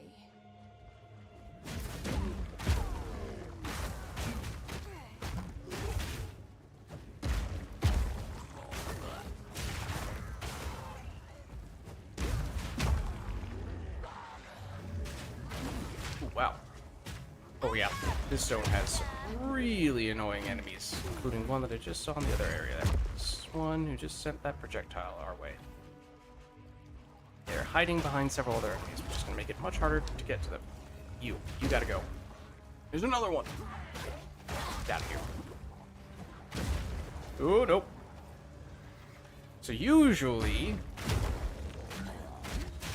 most sources of damage that we might take, as you might imagine, this you probably put two and two together. Yeah, that's our life bar there. that drops to 0. Obviously, we're dead. So that's not good. However, there's at least 1 or 2 things that can just straight up ignore this altogether and just kill us with a one-shot. Doesn't even calculate damage at all. And one of the enemies in this area has 2 ways in which they can do that. 2? At least 1. So, I'll have to be particularly wary of that.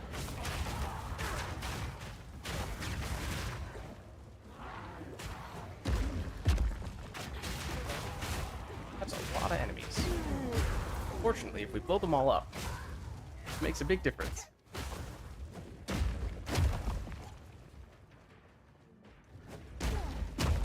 Yeah, so this character, the way we scale the damage is going to be fundamentally, mathematically, a little bit different from what it usually ends up being. We're going to have probably less base damage than you would usually have because we don't have a weapon other than our fists. However, we're going to get a whole lot of those big multipliers. So basically, we're going to take a small number and multiply it by a really big number. And that's the plan. Usually, it's kind of the other way around. At least, to an extent.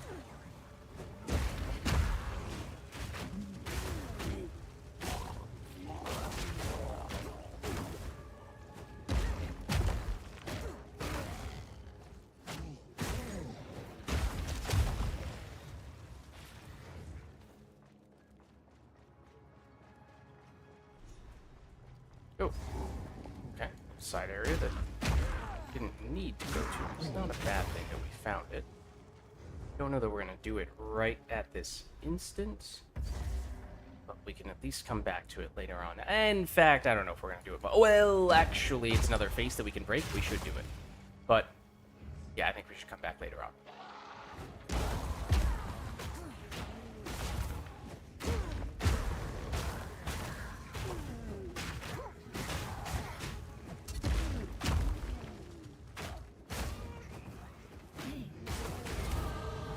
Go. Up.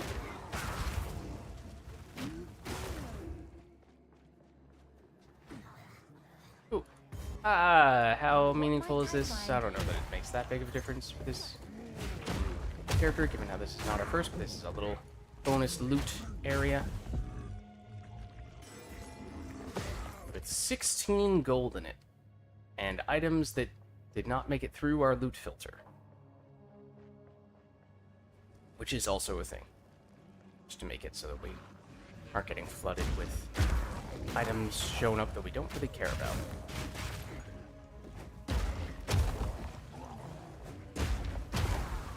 So, a lot more stuff is dropping on the ground than you're actually seeing right now. We just happen to be filtering out most of it. Another one of these optional little side areas. I suppose they survived here, more or less. Oh, it's a little gap. I can't get over. Fine. Ow. Oh yeah, you do have volatiles. That is what that was. Death, take you. Worth it? No. Almost certainly not.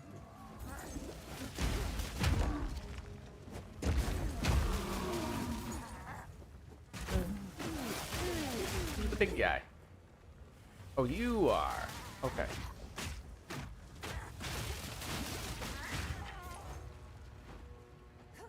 Yeah, almost certainly not worth it. One moment, please.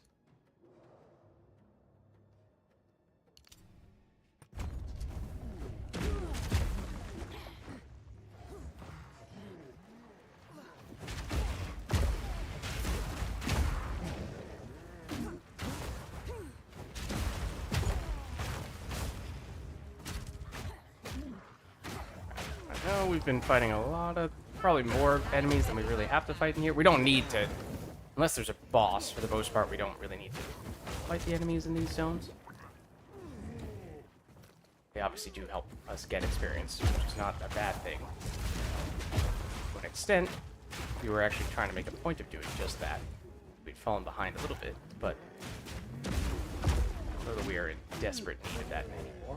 We're 38 in a 40 area. Okay, yeah, so we are still technically under leveled a little bit, but doing better than we were before in that regard. It's probably around where we would like to be efficiency-wise.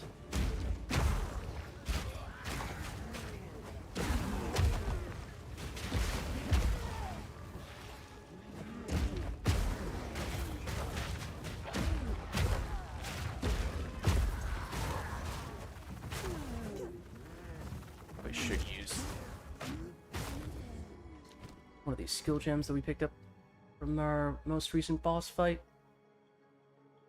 Any of these ones that I was actually planning on using? Wizard and Barbarian both had 100% crit.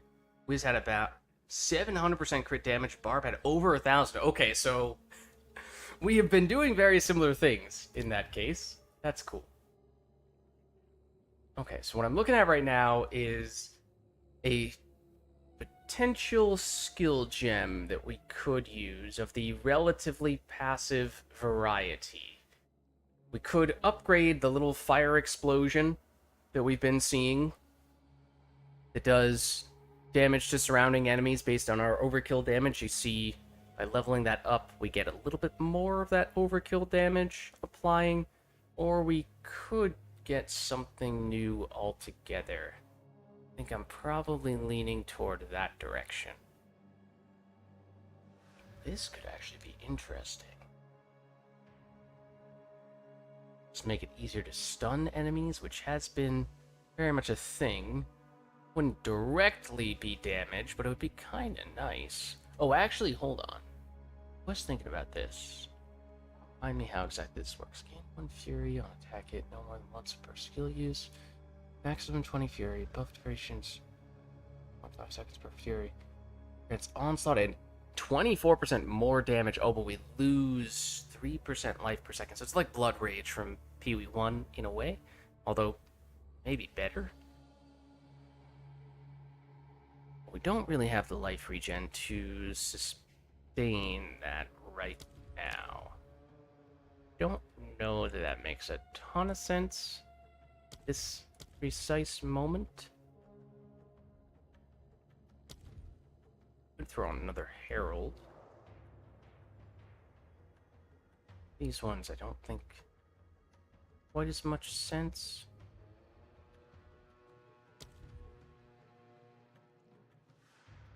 A Wind Dancer would be kind of nice. We don't really have evasion though.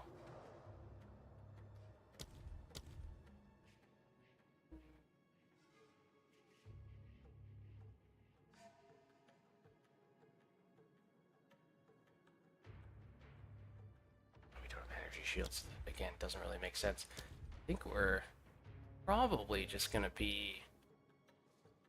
Well, if we have the Spirit for Link would be kind of nice. Do I have ME3 challenges based off this game? Oftentimes, when there's a new league that comes out for this game, I will come up with a Pee-wee challenge, or I'll come up with a Mass Effect challenge based on the most recent Pee-wee league. I don't think I did make one for this most recent update, which happened a month or two ago at this point, probably 2 months ago at this point. But I don't think we ever actually did it.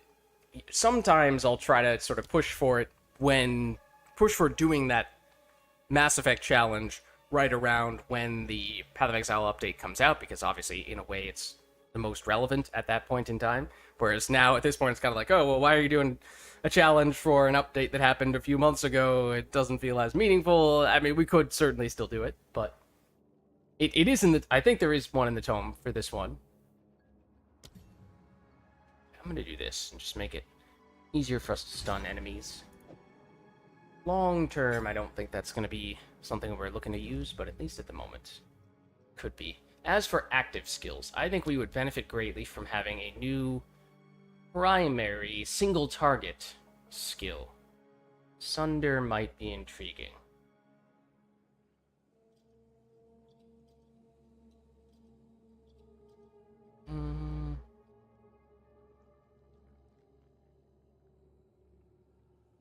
Could be this.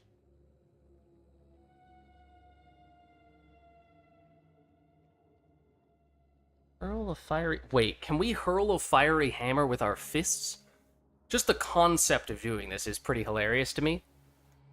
Hurl a fiery hammer, slams into the ground and lodges there while the hammer is lodged in the ground.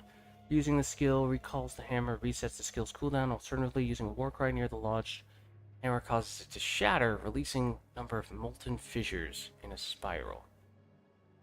Not really planning on doing all those other supporting aspects. So, Sunder might be the most straightforward answer. Maybe we'll stick with that. Thunder cracks the earth in a wide swathe and causes shockwaves from any enemy's hit. Let's do this. Maybe we'll steal the support gems from our basic mace attack.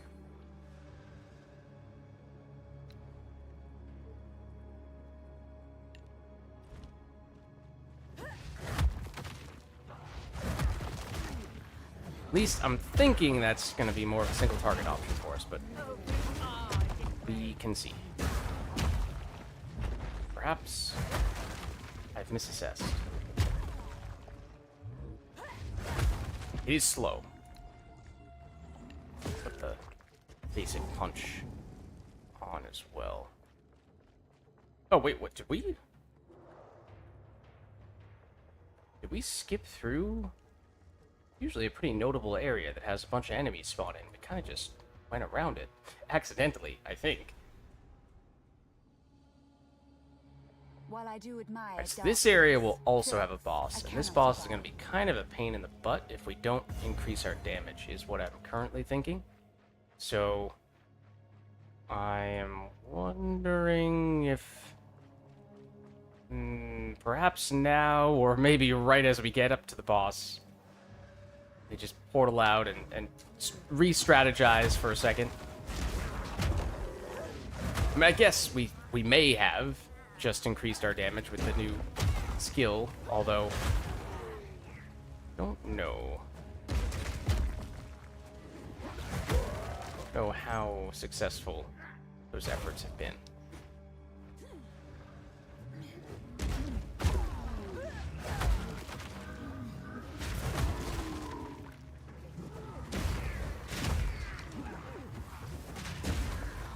Okay, I did get hit with the curse, okay.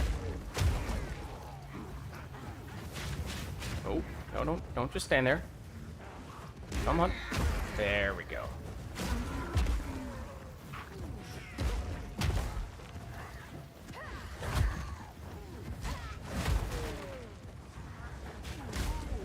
Ow.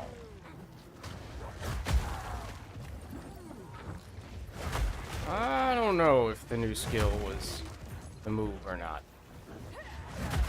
I'm not sure I'm convinced.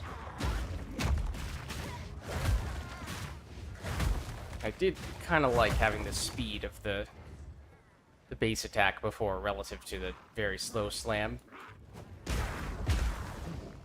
Especially because we did have a support gem that was making us gain some power based on the number of hits we were doing. Getting a few fast hits in was scaling our damage a little bit over time, and that is just not going to happen as much this setup. So I'm doubting our technique. Oh, we made it here. Okay. Certain ingredient. Little optional area. We technically don't have the quest items to benefit from that optional area. It's not yet.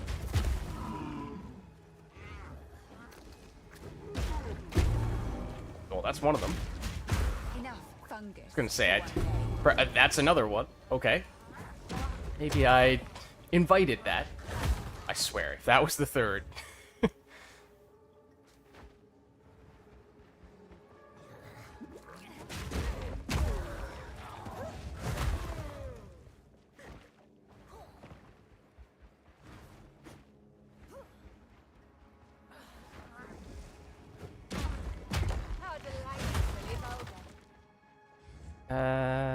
see. I did just go in a circle.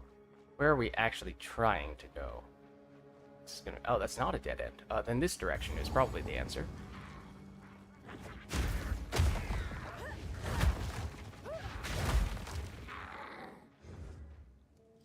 Left or right? I think left.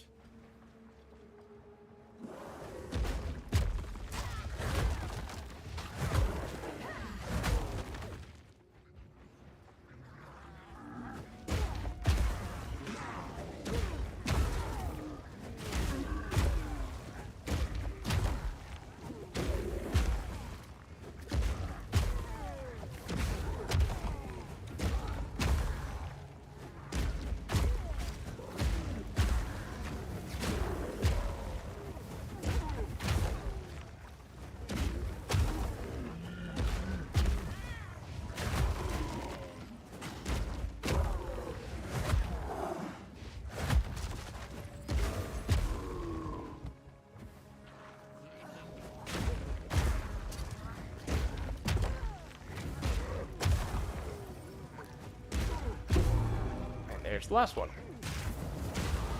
And there's the level. And let's see. This is just going to be a dead end here.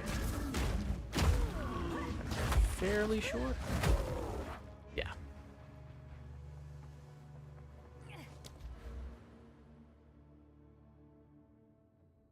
This, more crit damage and crit chance.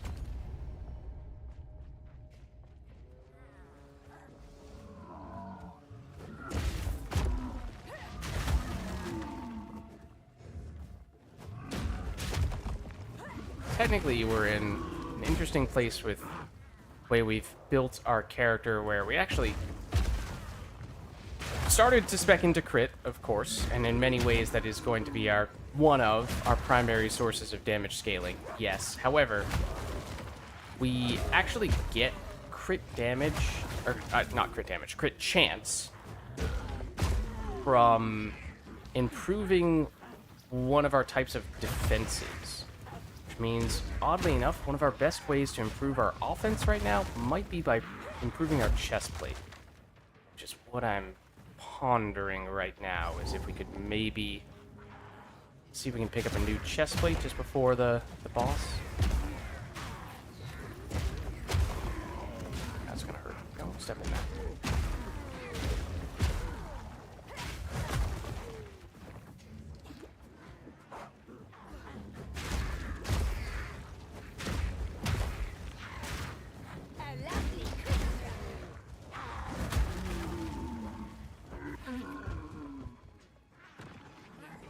Looping around.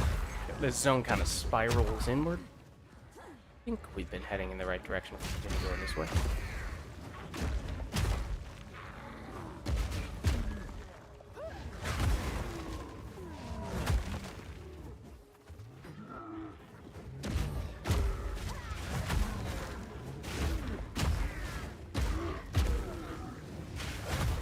Ooh, wow, that hurt.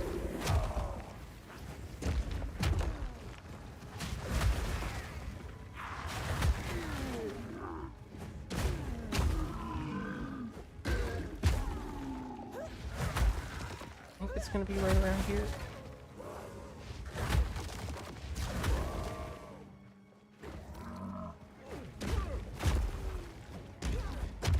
Oh, so I may have just made a circle, so maybe not.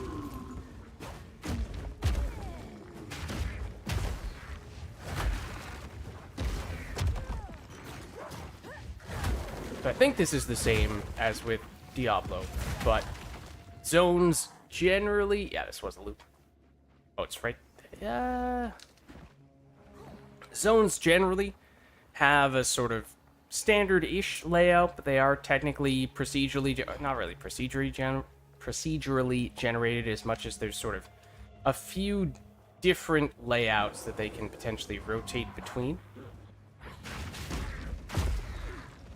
Which usually, again, have certain aspects in common, so... If you know what to look for, you can generally have a good sense for where you are, quote-unquote, supposed to go. even if there are some deviations from one instance to the next. That is not the direction I wanted to face them.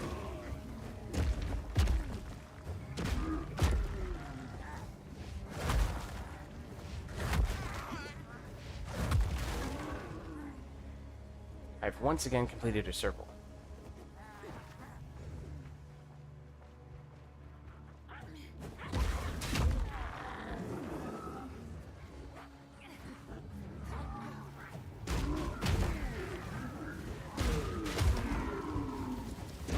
So that's gonna hurt a lot.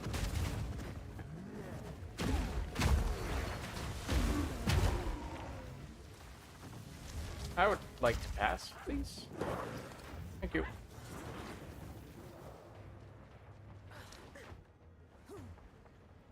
Just gonna curve in this way? No. The heck? What's going on here? Looking for a bit of a loop.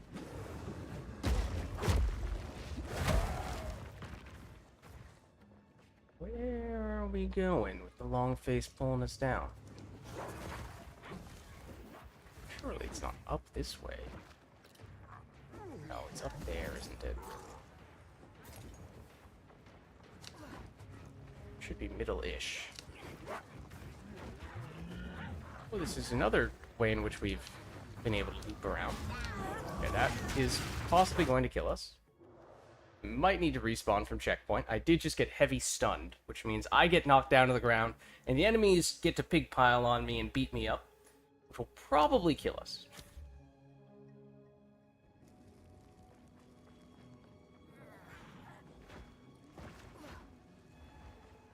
Given how many enemies there were there.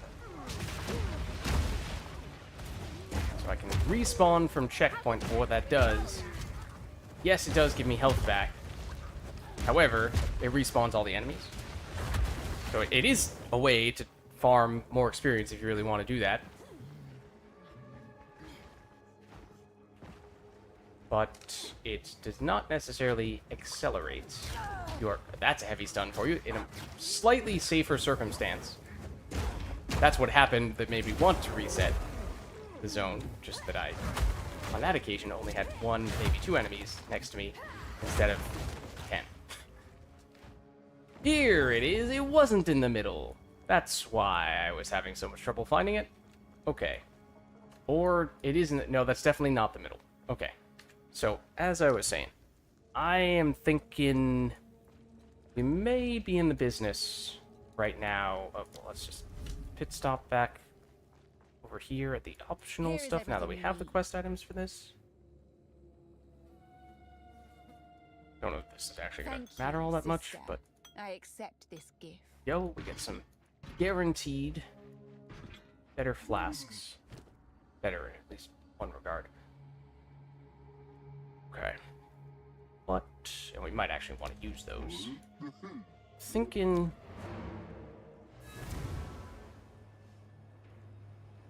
we go back to town for a second and scout out if we can get any gear upgrades here, because otherwise I think we're about to find ourselves struggling a bit with this next fight. Could potentially throw on one or both of those flasks. We are not quite a high enough level to use this, unfortunately. This one we would be, although it's probably not as necessary. I could not tell you when the last time I actually had to use a mana flask on this character was. Possibly never. We don't tend to go through our mana very quickly. It also might have something to do with us having a lot of mana at this stage. Oh, I didn't activate this. The other passive-ish ability that we were referring to. Okay. Well, let's see. I doubt we have much gear just hanging around that's a low enough level for us to use. We are still a fairly low level ourselves. Let's just see.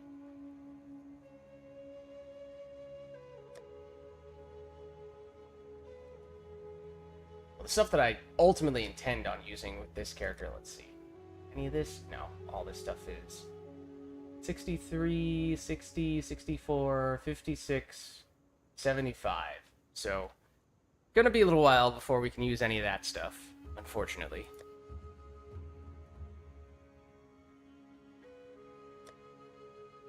As I said, hadn't really planned out anything other than the gear for the very beginning and the gear for the very end.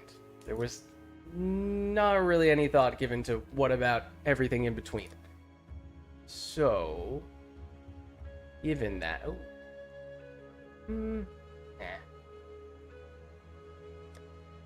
Oh, I'm also pretty sure we have a jewel socket that just isn't even being used right now. Yeah, this is just empty. We should throw something in there. Let's see if we have anything with crit.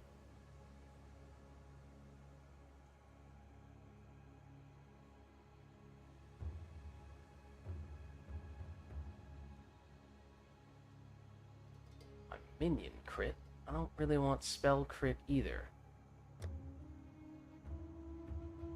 I don't really want crossbows.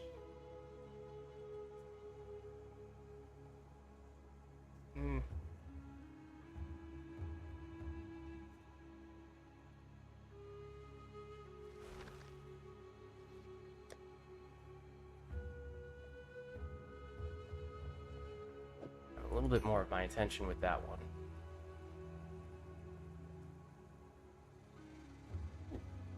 Decent crit damage, though those other things aren't really applicable. You can get at least one relevant stat on one of the... that might also be a little more relevant.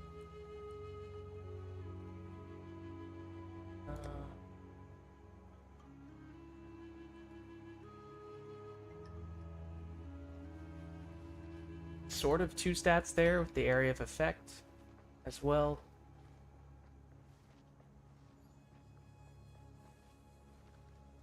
Ooh, that's the max roll on the crit damage.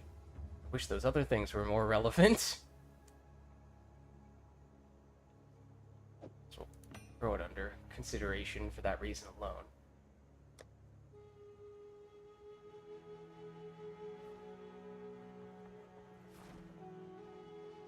These are the ones we were looking at before.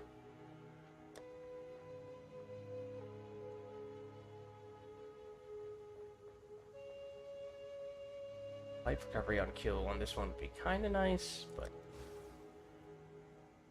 not enough other stuff going for it. Do we have much in the way of lightning damage right now? We have a tiny bit there. Tiny bit more there. Ooh. Okay, now our rings are much more upgradable than I had thought. I did not think that we were using these right now. Alright. That's certainly also an option, though I think we would have to buy some stuff there. Where was the one I was... Spells... Oh, that was decent for spells. What is the... Oh! This doesn't have a level requirement? I am very surprised.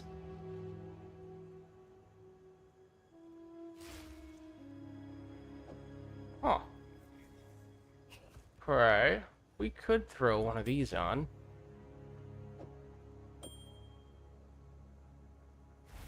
Our resistances are going to suffer a bit.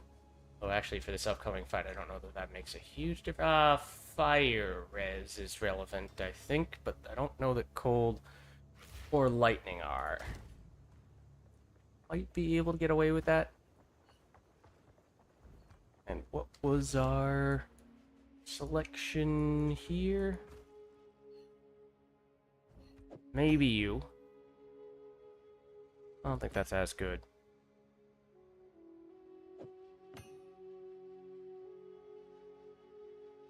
And on kill just doesn't do much. That's the max damage one. Oh, that's a one-off max damage. Yeah, it's this. It's definitely this. Okay.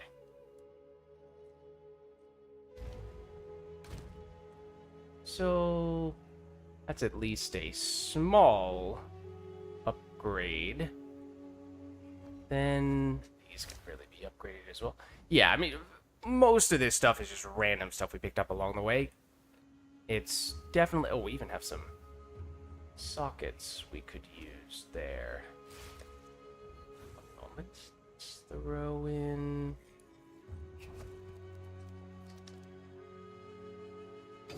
more strength. Some more life, and technically some more damage scaling as well. Then you. Are very upgradable, as are you. As are you. Just want to quickly pop in here to refresh the instance. So this instance will expire, meaning that the enemies will respawn and the whole zone will reset if we don't go in it after roughly 10 minutes. Which is why I don't want to dilly-dally too much without at least poking our head back in to reset that timer. Okay, oh, let's... I think we are comfortable with where we stand on these guys now. Okay. Do we have other stuff here that we can improve? Oh, probably the totem. Yeah, we can go from level 8 to level 10 totem. I could do slightly more damage, sure. Do that. Anything else that... just a straightforward upgrade like that? Probably the rolling slam. Same deal. Go from 8 to 10. Okay. That works. Then...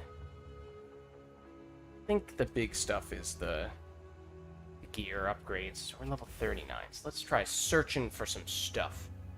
So, what should we start with? Let's go... I think the chest plate's going to be pretty significant, because as I was saying, it kind of has both an offensive and defensive purpose. So here you'll see you can... There's an online web version of this. There's also an in-game version of this. This is going to be a search that we're going to set up for a particular type of item we are interested in getting. It's just a matter of what exactly are we looking for here. I want something... Where's it? Stat? No, requirements. Maximum level requirement of 39. We want to be able to use it right now. The attribute requirements, I don't think are going to be a problem. Our attributes are really high right now. And then we're... might just be as simple as saying... Oh, we should specify what category we're looking for. Yeah, I think we're looking for body armor. It might just be as simple as saying we want to get as much energy shield as we can. This is going to be ludicrously expensive, whatever the most expensive option is. Or is it? Wait, what? Hold on. What happened? I clicked on the wrong thing, I think. Did I click on evasion instead of energy? Oops. Hold on. Research. Evasion, armor, evasion, armor. Give me an energy shield roll.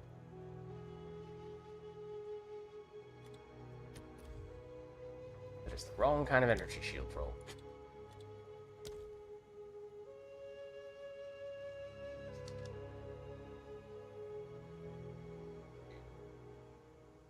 Not. Looking for... Sure. Make it a... Yeah. Next. Could be this. Correct phrasing, is it not? It is not. Huh. Really?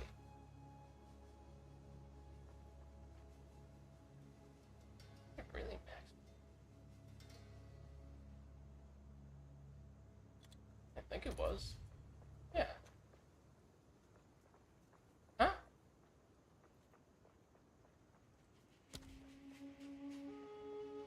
Don't technically need to do this, but just do this. I just actually clicked on something that has energy shield, which is so strange that nothing is showing up with energy shield. Everything is armor evasion. There are three main types of defense: armor, evasion, and energy shield. Armor mitigates the physical damage that you take. Evasion gives you a percentage chance to avoid getting hit altogether. And energy shield, which is the primary thing that we're using, which is basically just like you can think of it as shields like Mass Effect. Functionally, an extra layer of health on top of your usual health. It just regenerates slowly over time if you... Oh, well, it regenerates only if you don't take damage after a certain amount of time. Except that absolutely nothing here.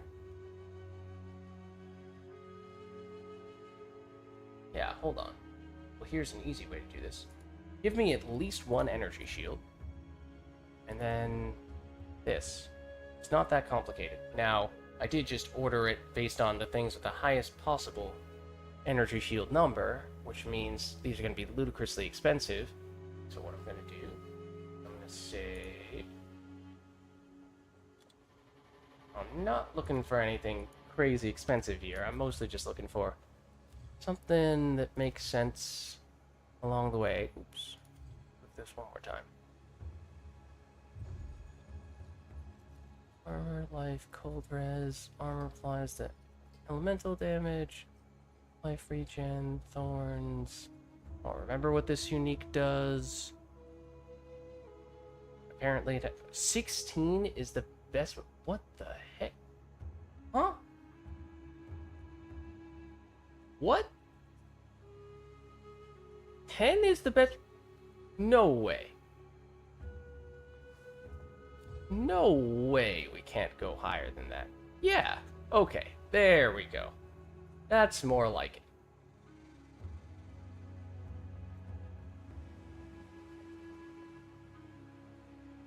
Okay. This is a unique. And life recharges, I don't know how that affects energy shield recharge, if at all. It might. Okay. So now we are purchasing something from someone else's shop. So you'll see here, there's two prices. There's the Exalted Orb, times 1. That's the quote-unquote currency cost, which is usually the main thing.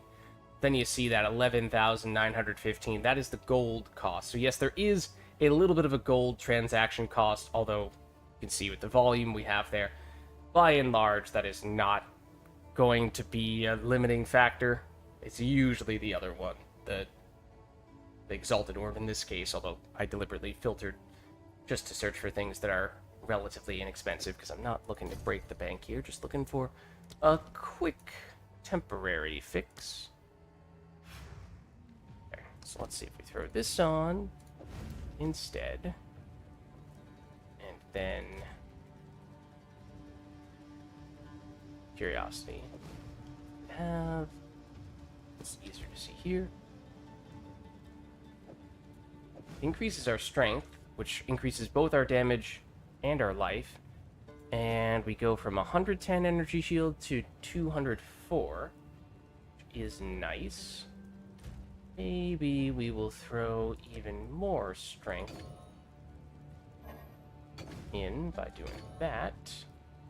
There's even more life and technically even more damage.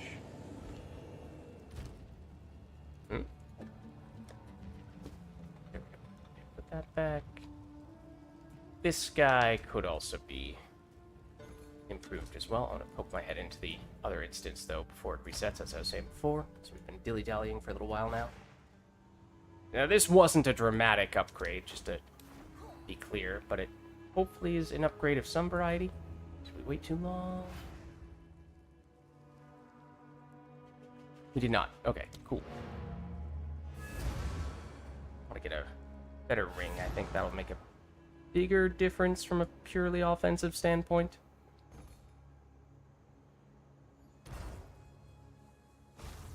Alright, new search. Now we're looking for a ring. What do we want? We want... This is where, personally, I'm more accustomed to using the website for this. So I'm not sure I can do this quite as effectively, but maybe we still can.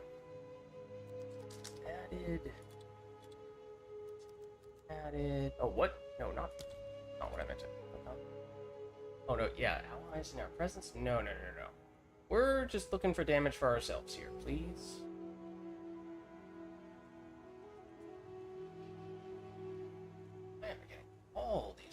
crazy rolls rather than just the straightforward stuff showing up here. What the heck? Where's all the basic stuff? Maybe it just doesn't use this phrasing? Yeah, it's ads. Okay, that's actually different, slightly different phrasing on the website versus in-game here. That's why it threw me off for a second. Oh, strange. Okay, so what I'm doing is I'm basically saying, give me a ring with additional damage of some variety. I don't really care what type it is as long as it exists. The total amount of added damage should add up to at least 20, which I think is better than what we currently have. I'm going to once again say, let's limit the price to something very modest. But then what we'll do is, should show. We did some there, so I can prioritize by damage, but oh, I forgot the level requirement. Oops, hold on. These would be things we are not able to equip. So, for what, 36, I think it was? I was gonna say, those numbers were higher than I expected us to be able to get. Like, oh, can we really get that? Okay, let's see.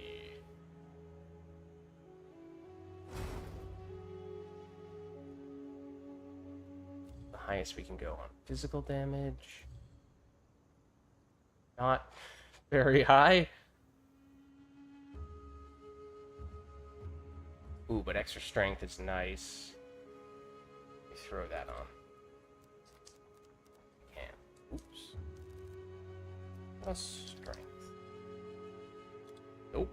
Wrong option. I just cannot click anything today, can I? Strength. This one.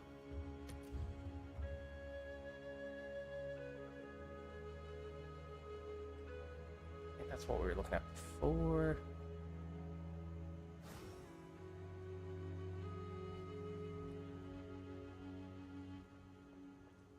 The highest we can get on strength, out of curiosity, is 20. Okay. Alright. Sure. Guess we'll nab this guy then. Again, modest, but that could be actually a little more impactful. More on the offensive side. Wait, why are you saying we can't? Okay, no, we're good. Okay. For a second, I thought I was going to say we can't equip that. Yeah, sweet. 1 to 13 lightning damage on our old one. This has both 4 to 8 fizz and 13 to 18 fire. So it should be better. And resistance-wise, we are sacrificing some lightning res to get less fire res, but at least for this upcoming fight, I don't know that that's gonna matter. Oh. Okay. It might be a concern going forward, though. That's generally not good. Okay. Good to know. And then, as I said, the boots could be up. I mean, almost everything outside of these guys here could definitely be upgraded, and this right now is meaningful, but long term is probably not going to be the best option. Why don't we give this a shot, though?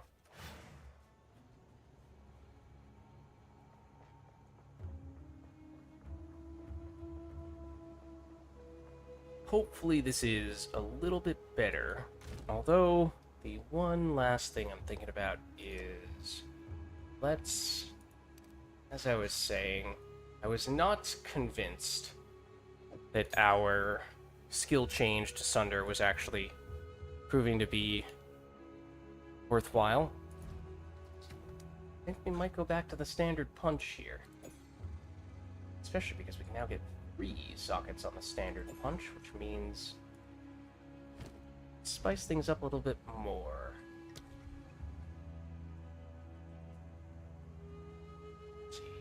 rapid attacks. We have rage. Good leech. Be kind of helpful. Defensively, of course.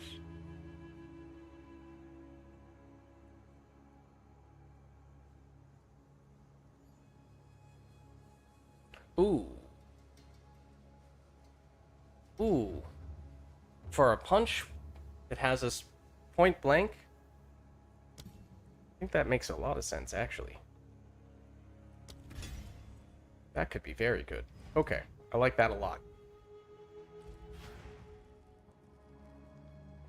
Now, theoretically, the instance hasn't reset, so we should be able to teleport right back here. Okay. And now we go to this boss.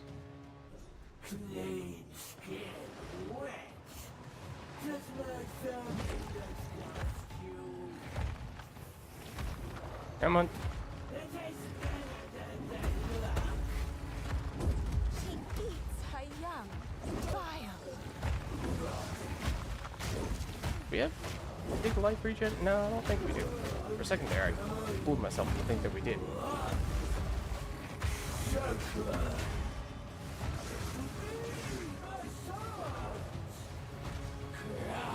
Ooh. So that does a lot of damage if she hits with that.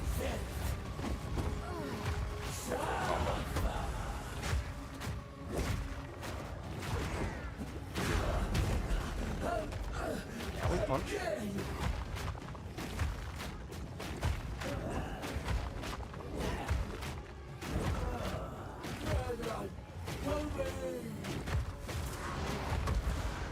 Oh, she cursed me.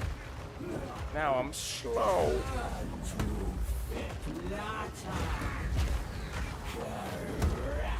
Ooh, yep, that. I should not have stood there and just try to tank that.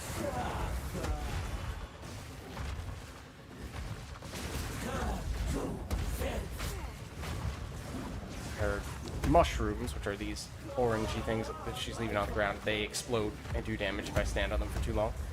That's why I also need to be careful of where I'm standing. And she also creates some green areas on the ground, or some like smoke clouds that also do damage over time if I hang out in that area.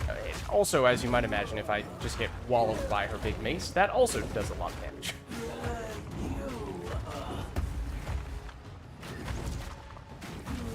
There we go, I was about to say she's getting stunned. Oh, that's a horrible time to get slow. Look at how slow our punches are. Oh no. That was horrible time. She was weakened, but we couldn't really punish her for it. There's at least one ability that she just hasn't used at all yet.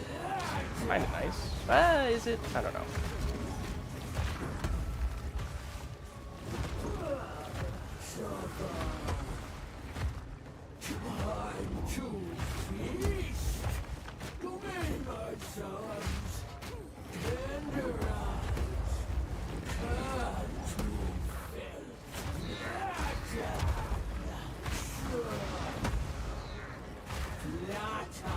Oh no, don't stand in that.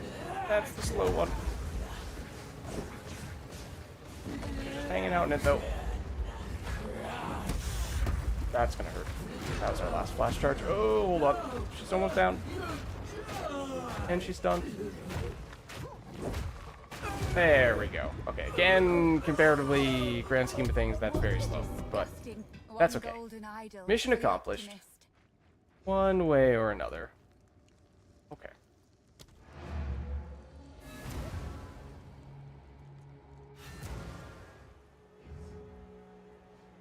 Now, let's see. We did skip one or two encounters. One or two bosses whose faces we still have yet to break, and therefore, that is damage we are still theoretically leaving on the table. So that could help us to go back and fight them. I'm just kind of deliberately not taking them on just yet, because one is functionally timed, and therefore we really need to have more damage before we can take that guy out. The other has ridiculous damage and could smash us, although we might be able to tank a hit from him if we are on full health at this stage. Getting close, at least.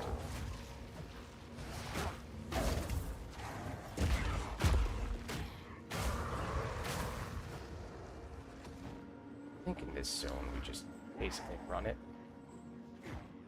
Is it good for farming XP? It actually might be.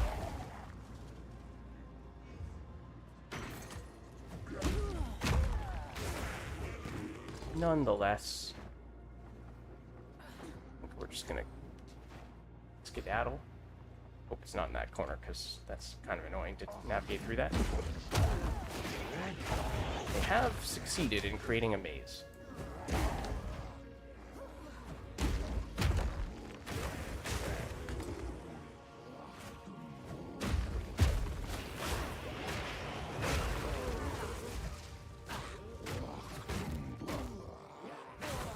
Well, it wasn't this corner.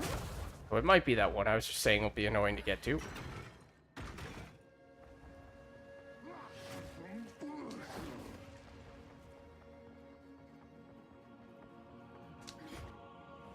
Around.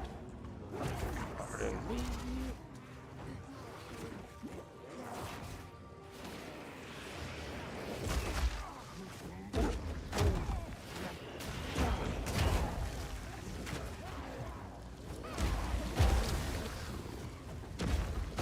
Rather not be stuck in that corner, especially not when we have negative 10 lightning res or whatever it was, or yeah, something like that.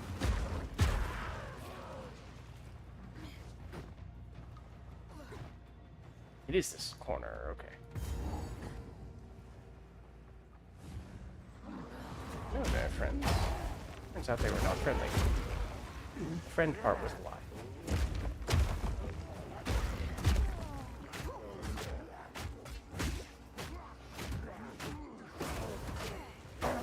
Totally did not need to fight that guy, but here we go.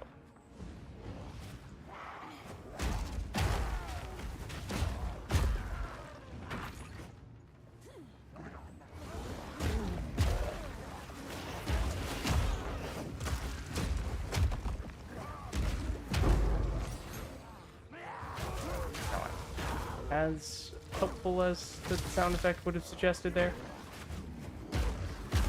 Okay.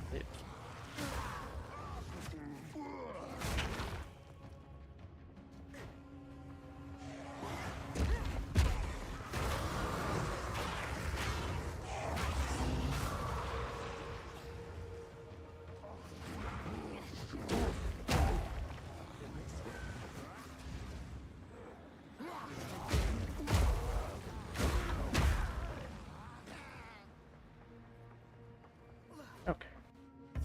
Next boss. This one I think is mostly just going to be a little bit of a grind. There's one or two ways he theoretically could punish us, but maybe this is my hubris speaking. That concerned about him? This fellow has been here far too long.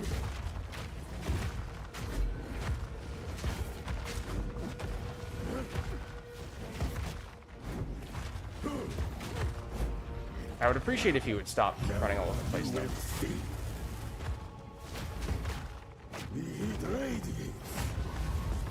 That is what. Oh, well, don't dodge into that.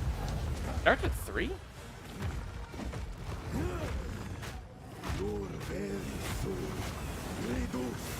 That would be one way he could punish us. He was about to get stunned, so I was about to get greedy and try stunning him out of that, like this, but decided against it.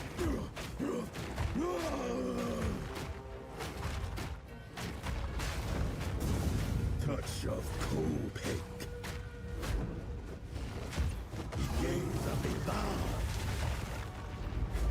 Kind of surprised that doesn't do more damage, to be honest with you. I forgot about this. Wait, is this new? Or have I always just killed him quickly enough that that hasn't been a thing?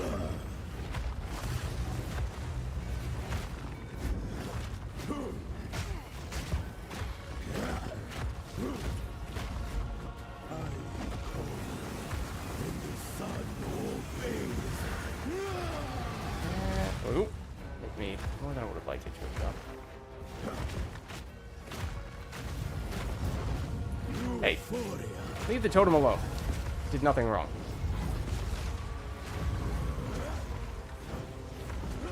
Oh wow, that actually took a lot.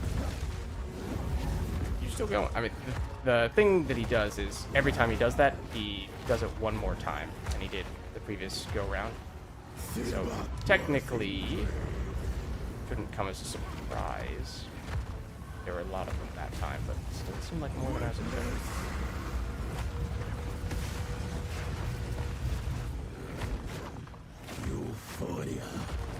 This is kind of what I was getting at, where it's not so much that it's difficult as much as it just might take a while.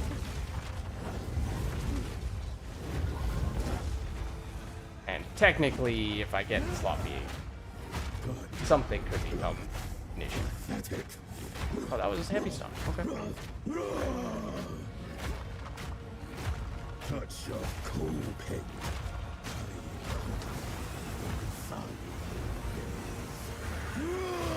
Ooh, that was a very bad place to stand. That I can be punished for if I just dodge into all of them and eat them all. So we are on softcore, which means we restart this instance to redo the fight, which is unfortunate because we were relatively close to killing him. But it's not like we lose our character or anything like that, and we're early enough in the game that we don't have an experience penalty or anything. But this is why I would like to have a little more damage, just to reduce the margin for error. But that was silly that the skill that he was using that killed me, because I basically dodged into all of those. I did dodge, but I dodged in the opposite of the direction that I should have gone.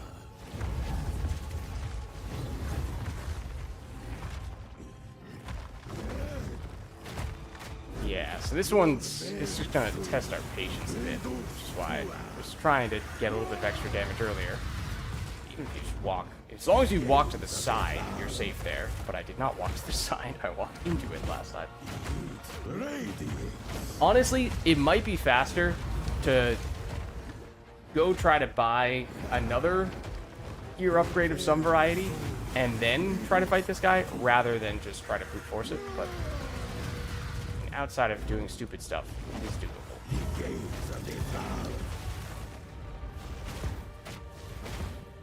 Euphoria.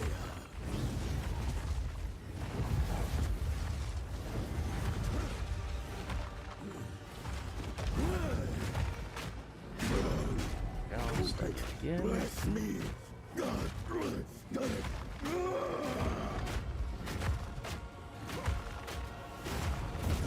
Touch of cold pick. The fire that breathes in my This.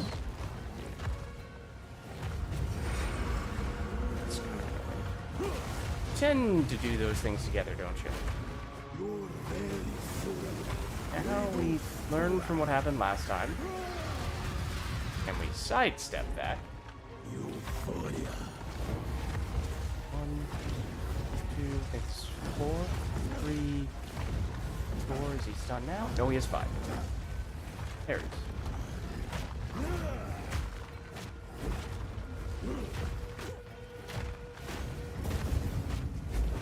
So you will see. Okay.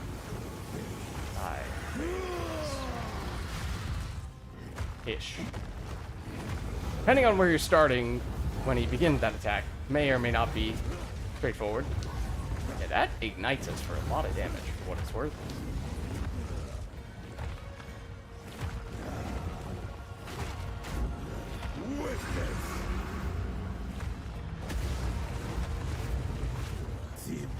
And his fiery ball, yeah, like the fiery vortex, vortex, whatever the plural vortex is. Ooh, this is a nasty combo. Let's do this.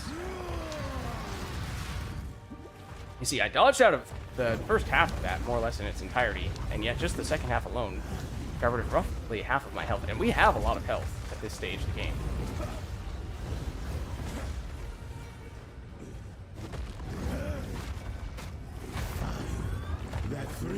I would really appreciate if you would just allow us to deal damage to you, because at the beginning of this, we just can't even hit him at all. But I couldn't even see what he was doing. He was off screen there.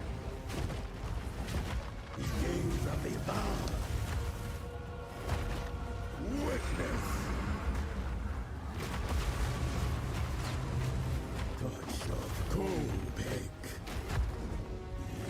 It radiates. 1, 2,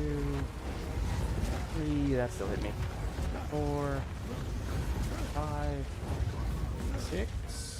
6. I did not even last thing that was bad. Stun.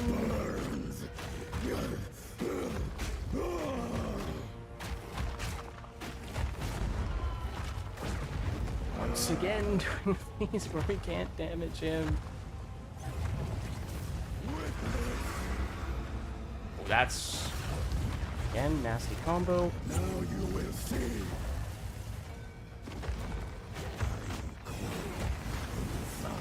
Sidestep. Oh my god. That thing, again, slows you if you're near it, and so he pinned me in a corner a bit there. Almost meant that I was gonna die just because of that. You've got to be kidding me, man. A tiny sliver of health, and we can't damage him. They do this again. Let's do that. Again, just the second half of it alone still does sizable damage.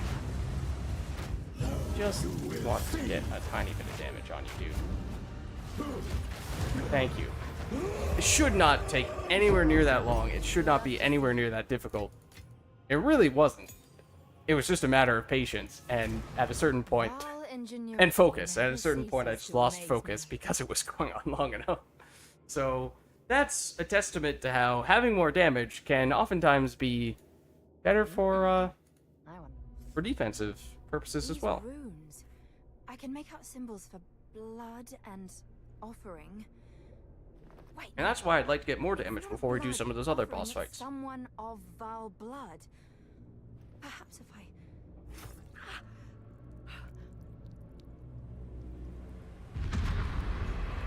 It worked. Now this is truly something. The apex. It's opening.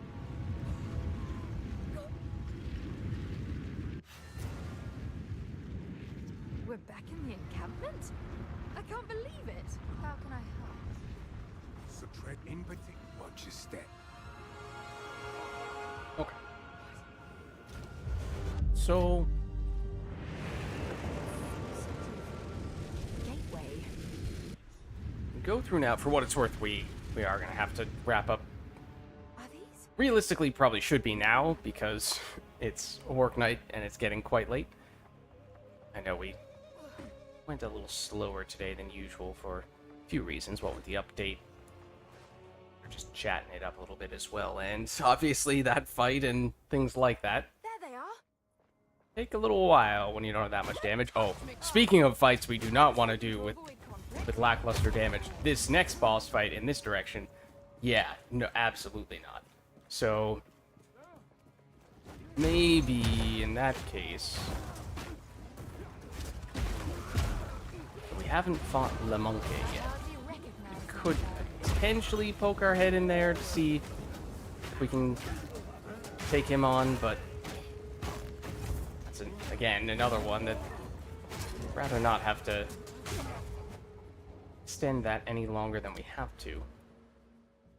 Let's see, we did just level, so we got a little bit more life. I think the monkey hits for about 1400 without armor. We actually do have a lot of armor, so that theoretically could make a bit of a difference. Then again, armor technically mitigates more damage against high volume of small hits than it does against a small number of big hits. And Le Monkey definitely hits big. Let's see. Let's check against this. Oh, right. Going in this direction for that jewel socket. Oh, or maybe into this crit over here could make sense. Actually, this is physical damage with a little bit of crit. That might actually be the most efficient thing right now, to tell you the truth. Oh, it does require just a wee bit more strength first. Okay. Maybe we get absolutely clobbered by Le Monkey. He does actually give skill points if we are to defeat him. So it would be helpful from that standpoint, in addition to obviously being another face broken, giving us more damage from that standpoint as well.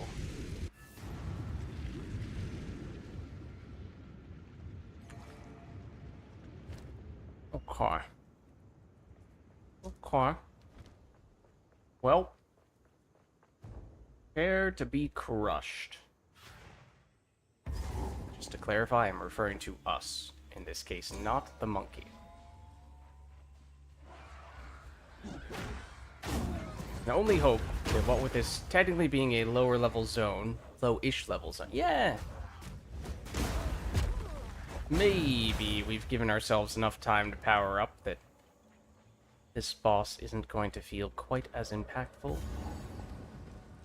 Directions, yeah, probably this way.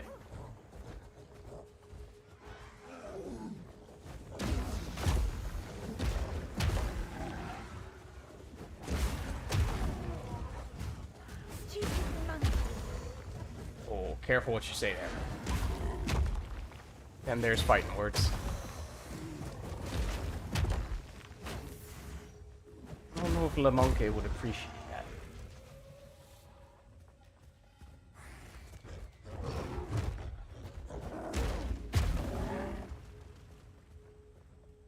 Here he is. Big one in Here he is.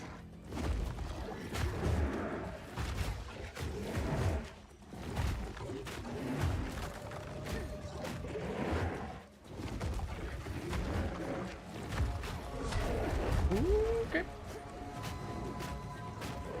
Best dodge that. Best dodge that, she says. You don't say. Okay, well, he has been stunned. Which is definitely a helpful thing to be able to do against him. I don't really want to find out how much damage that does.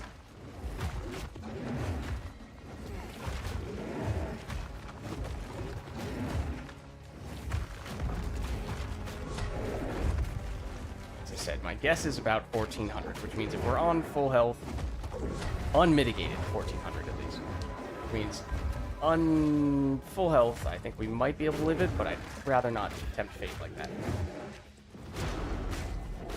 They're stunned. Except he brought friend now. Okay, monkey down, honestly, not too bad. But we did, of course, delay that significantly to make that easier. Okay, but it means we also delayed the extra damage we got from defeating that boss, which had potentially a little bit of a ripple effect on those other bosses, and we delayed getting those 2 passive points there, which means we weren't able to get a little bit of physical damage and a little bit of crit chance, which could definitely help as well. So, across those things, that should mean we're hitting a little bit harder now. That was, as I was saying, technically a somewhat significantly lower level boss than the one that we just fought. I just think that mechanically, in a vacuum, if all levels equal of those bosses, it would, of course, generally hit much harder. Outside of maybe that one skill that did kill us, that we just ate the entire barrage of. Usually that doesn't happen, though. Okay, so I think in that case that might be a good place for us to wrap up here, as the clock has just struck midnight for me. So I think we ought to wrap things up there. So yeah, I mean, ideally, we definitely would have found our way through the entirety of Act 3, which we did not end up doing. We did get further through Act 3, yes. And then we also spent some time gearing up a little bit, which took a little bit of time as well. But, so yes, going forward, plan obviously would be to continue progressing with this character. Hopefully, speeding things up a little bit. Maybe I'll make more of a point of picking up some of that intermediary gear that we were lacking before. It's just a little tricky when you're not a high enough level to get anything significant yet, and so that's kind of the nature of intermediary gear. It's like, well, is it worth even picking stuff up when you're not quite at endgame yet, so you don't have the really nice gear you can get? Well, I mean, sometimes it definitely speeds things up. So I think that probably is worth giving a little bit more thought to. Although, okay, we're like 20 to 25 levels away from starting to get some of the end game stuff. So yeah, we're a ways away from that still, I suppose. But anyways, that was a little bit more with our Facebreaker Witch Infernalist specifically. And yes, we are, at 1.5k life, which is, I think, pretty crazy at this stage of the game. Oh, we also didn't allocate these points, which I know I acknowledged at the beginning was deliberate, because we did not yet have Pain Attunement allocated, nor did we have a way to really benefit from it if we had, because we just didn't have much crit scaling yet. We have now started to spec into more crit, and technically our crit chance, courtesy of Hollow Palm, is increasing based on every 10 energy shield that we have on our gear. This is why I was saying we get crit chance from upgrading our chest plate earlier. That's what I was alluding to. So we got a little bit more from doing that, but this is where, yes, getting more levels so we can get stronger gear, so we can get much more energy shield, particularly on our chest plate. That's the most straightforward way to skyrocket our crit chance. Then we can much more easily benefit from the likes of Pain Attunement and these guys. So that may be in the cards in the near future as well. Maybe it would have been beneficial in that fight just then. Against Silver Fist, yes, but more so the previous dude as well. But that's the status, and as I was saying earlier, I am also trying to save up some currency to get the endgame chest plate. That, in addition to jewels, are really... endgame jewels are really the only main things we have remaining once we do get to high enough level to actually use those things. Problem there is the chest plate that I was eyeing has since been snapped up by someone else or just taken off the market altogether, so gonna need to either compromise or save up even more to get something good on that front. Hopefully we can, but either way, that I think still would be, once again, an item that's in the level 60 to 65-ish range for the requirements, so it's not like that's imminent that we'd be getting that. But anyways, long term, that's the way we are planning to have things go. And then my hope would be that by getting those other gear upgrades, once we can truly put on the end game gear, that we can once again find that our damage is more similar to what we were seeing at the very beginning, where it was noticeably quite good, unlike what we saw against that temple boss, which I know was rather lackluster. So I'm hoping that's only a temporary thing, but alas, only time will tell. But anyways, as I said, I think we do need to wrap things up here. But thank you all for stopping by. This was, of course, our Path of Exile 2 stream. As for our streaming schedule, this is the game that the schedule for tends to be the most to be determined, just because this is, as I was mentioning before, this is a work night, so isn't always the easiest thing to squeeze it in on Thursdays, but that is generally when it ends up happening. Every once in a while we might move it around to a different day if, other things are going on. But beyond that, on Fridays we're doing Mass Effect Andromeda multiplayer, on Saturdays we're doing Mass Effect 3 multiplayer, and then on Sundays we are doing Pyre multiplayer. If you like this stream, then of course you can support the stream by hitting the like button. Let's just combine all those words into one. Hitting the like button. You can also hit the subscribe button to more easily stay up to date on those sorts of things that we're doing, but actually the best way to do that is by joining my Discord, which you can do by clicking on that link right there. But that's going to be it for me for tonight, so thank you all for watching. Hope you enjoyed the stream. I'll catch you next time.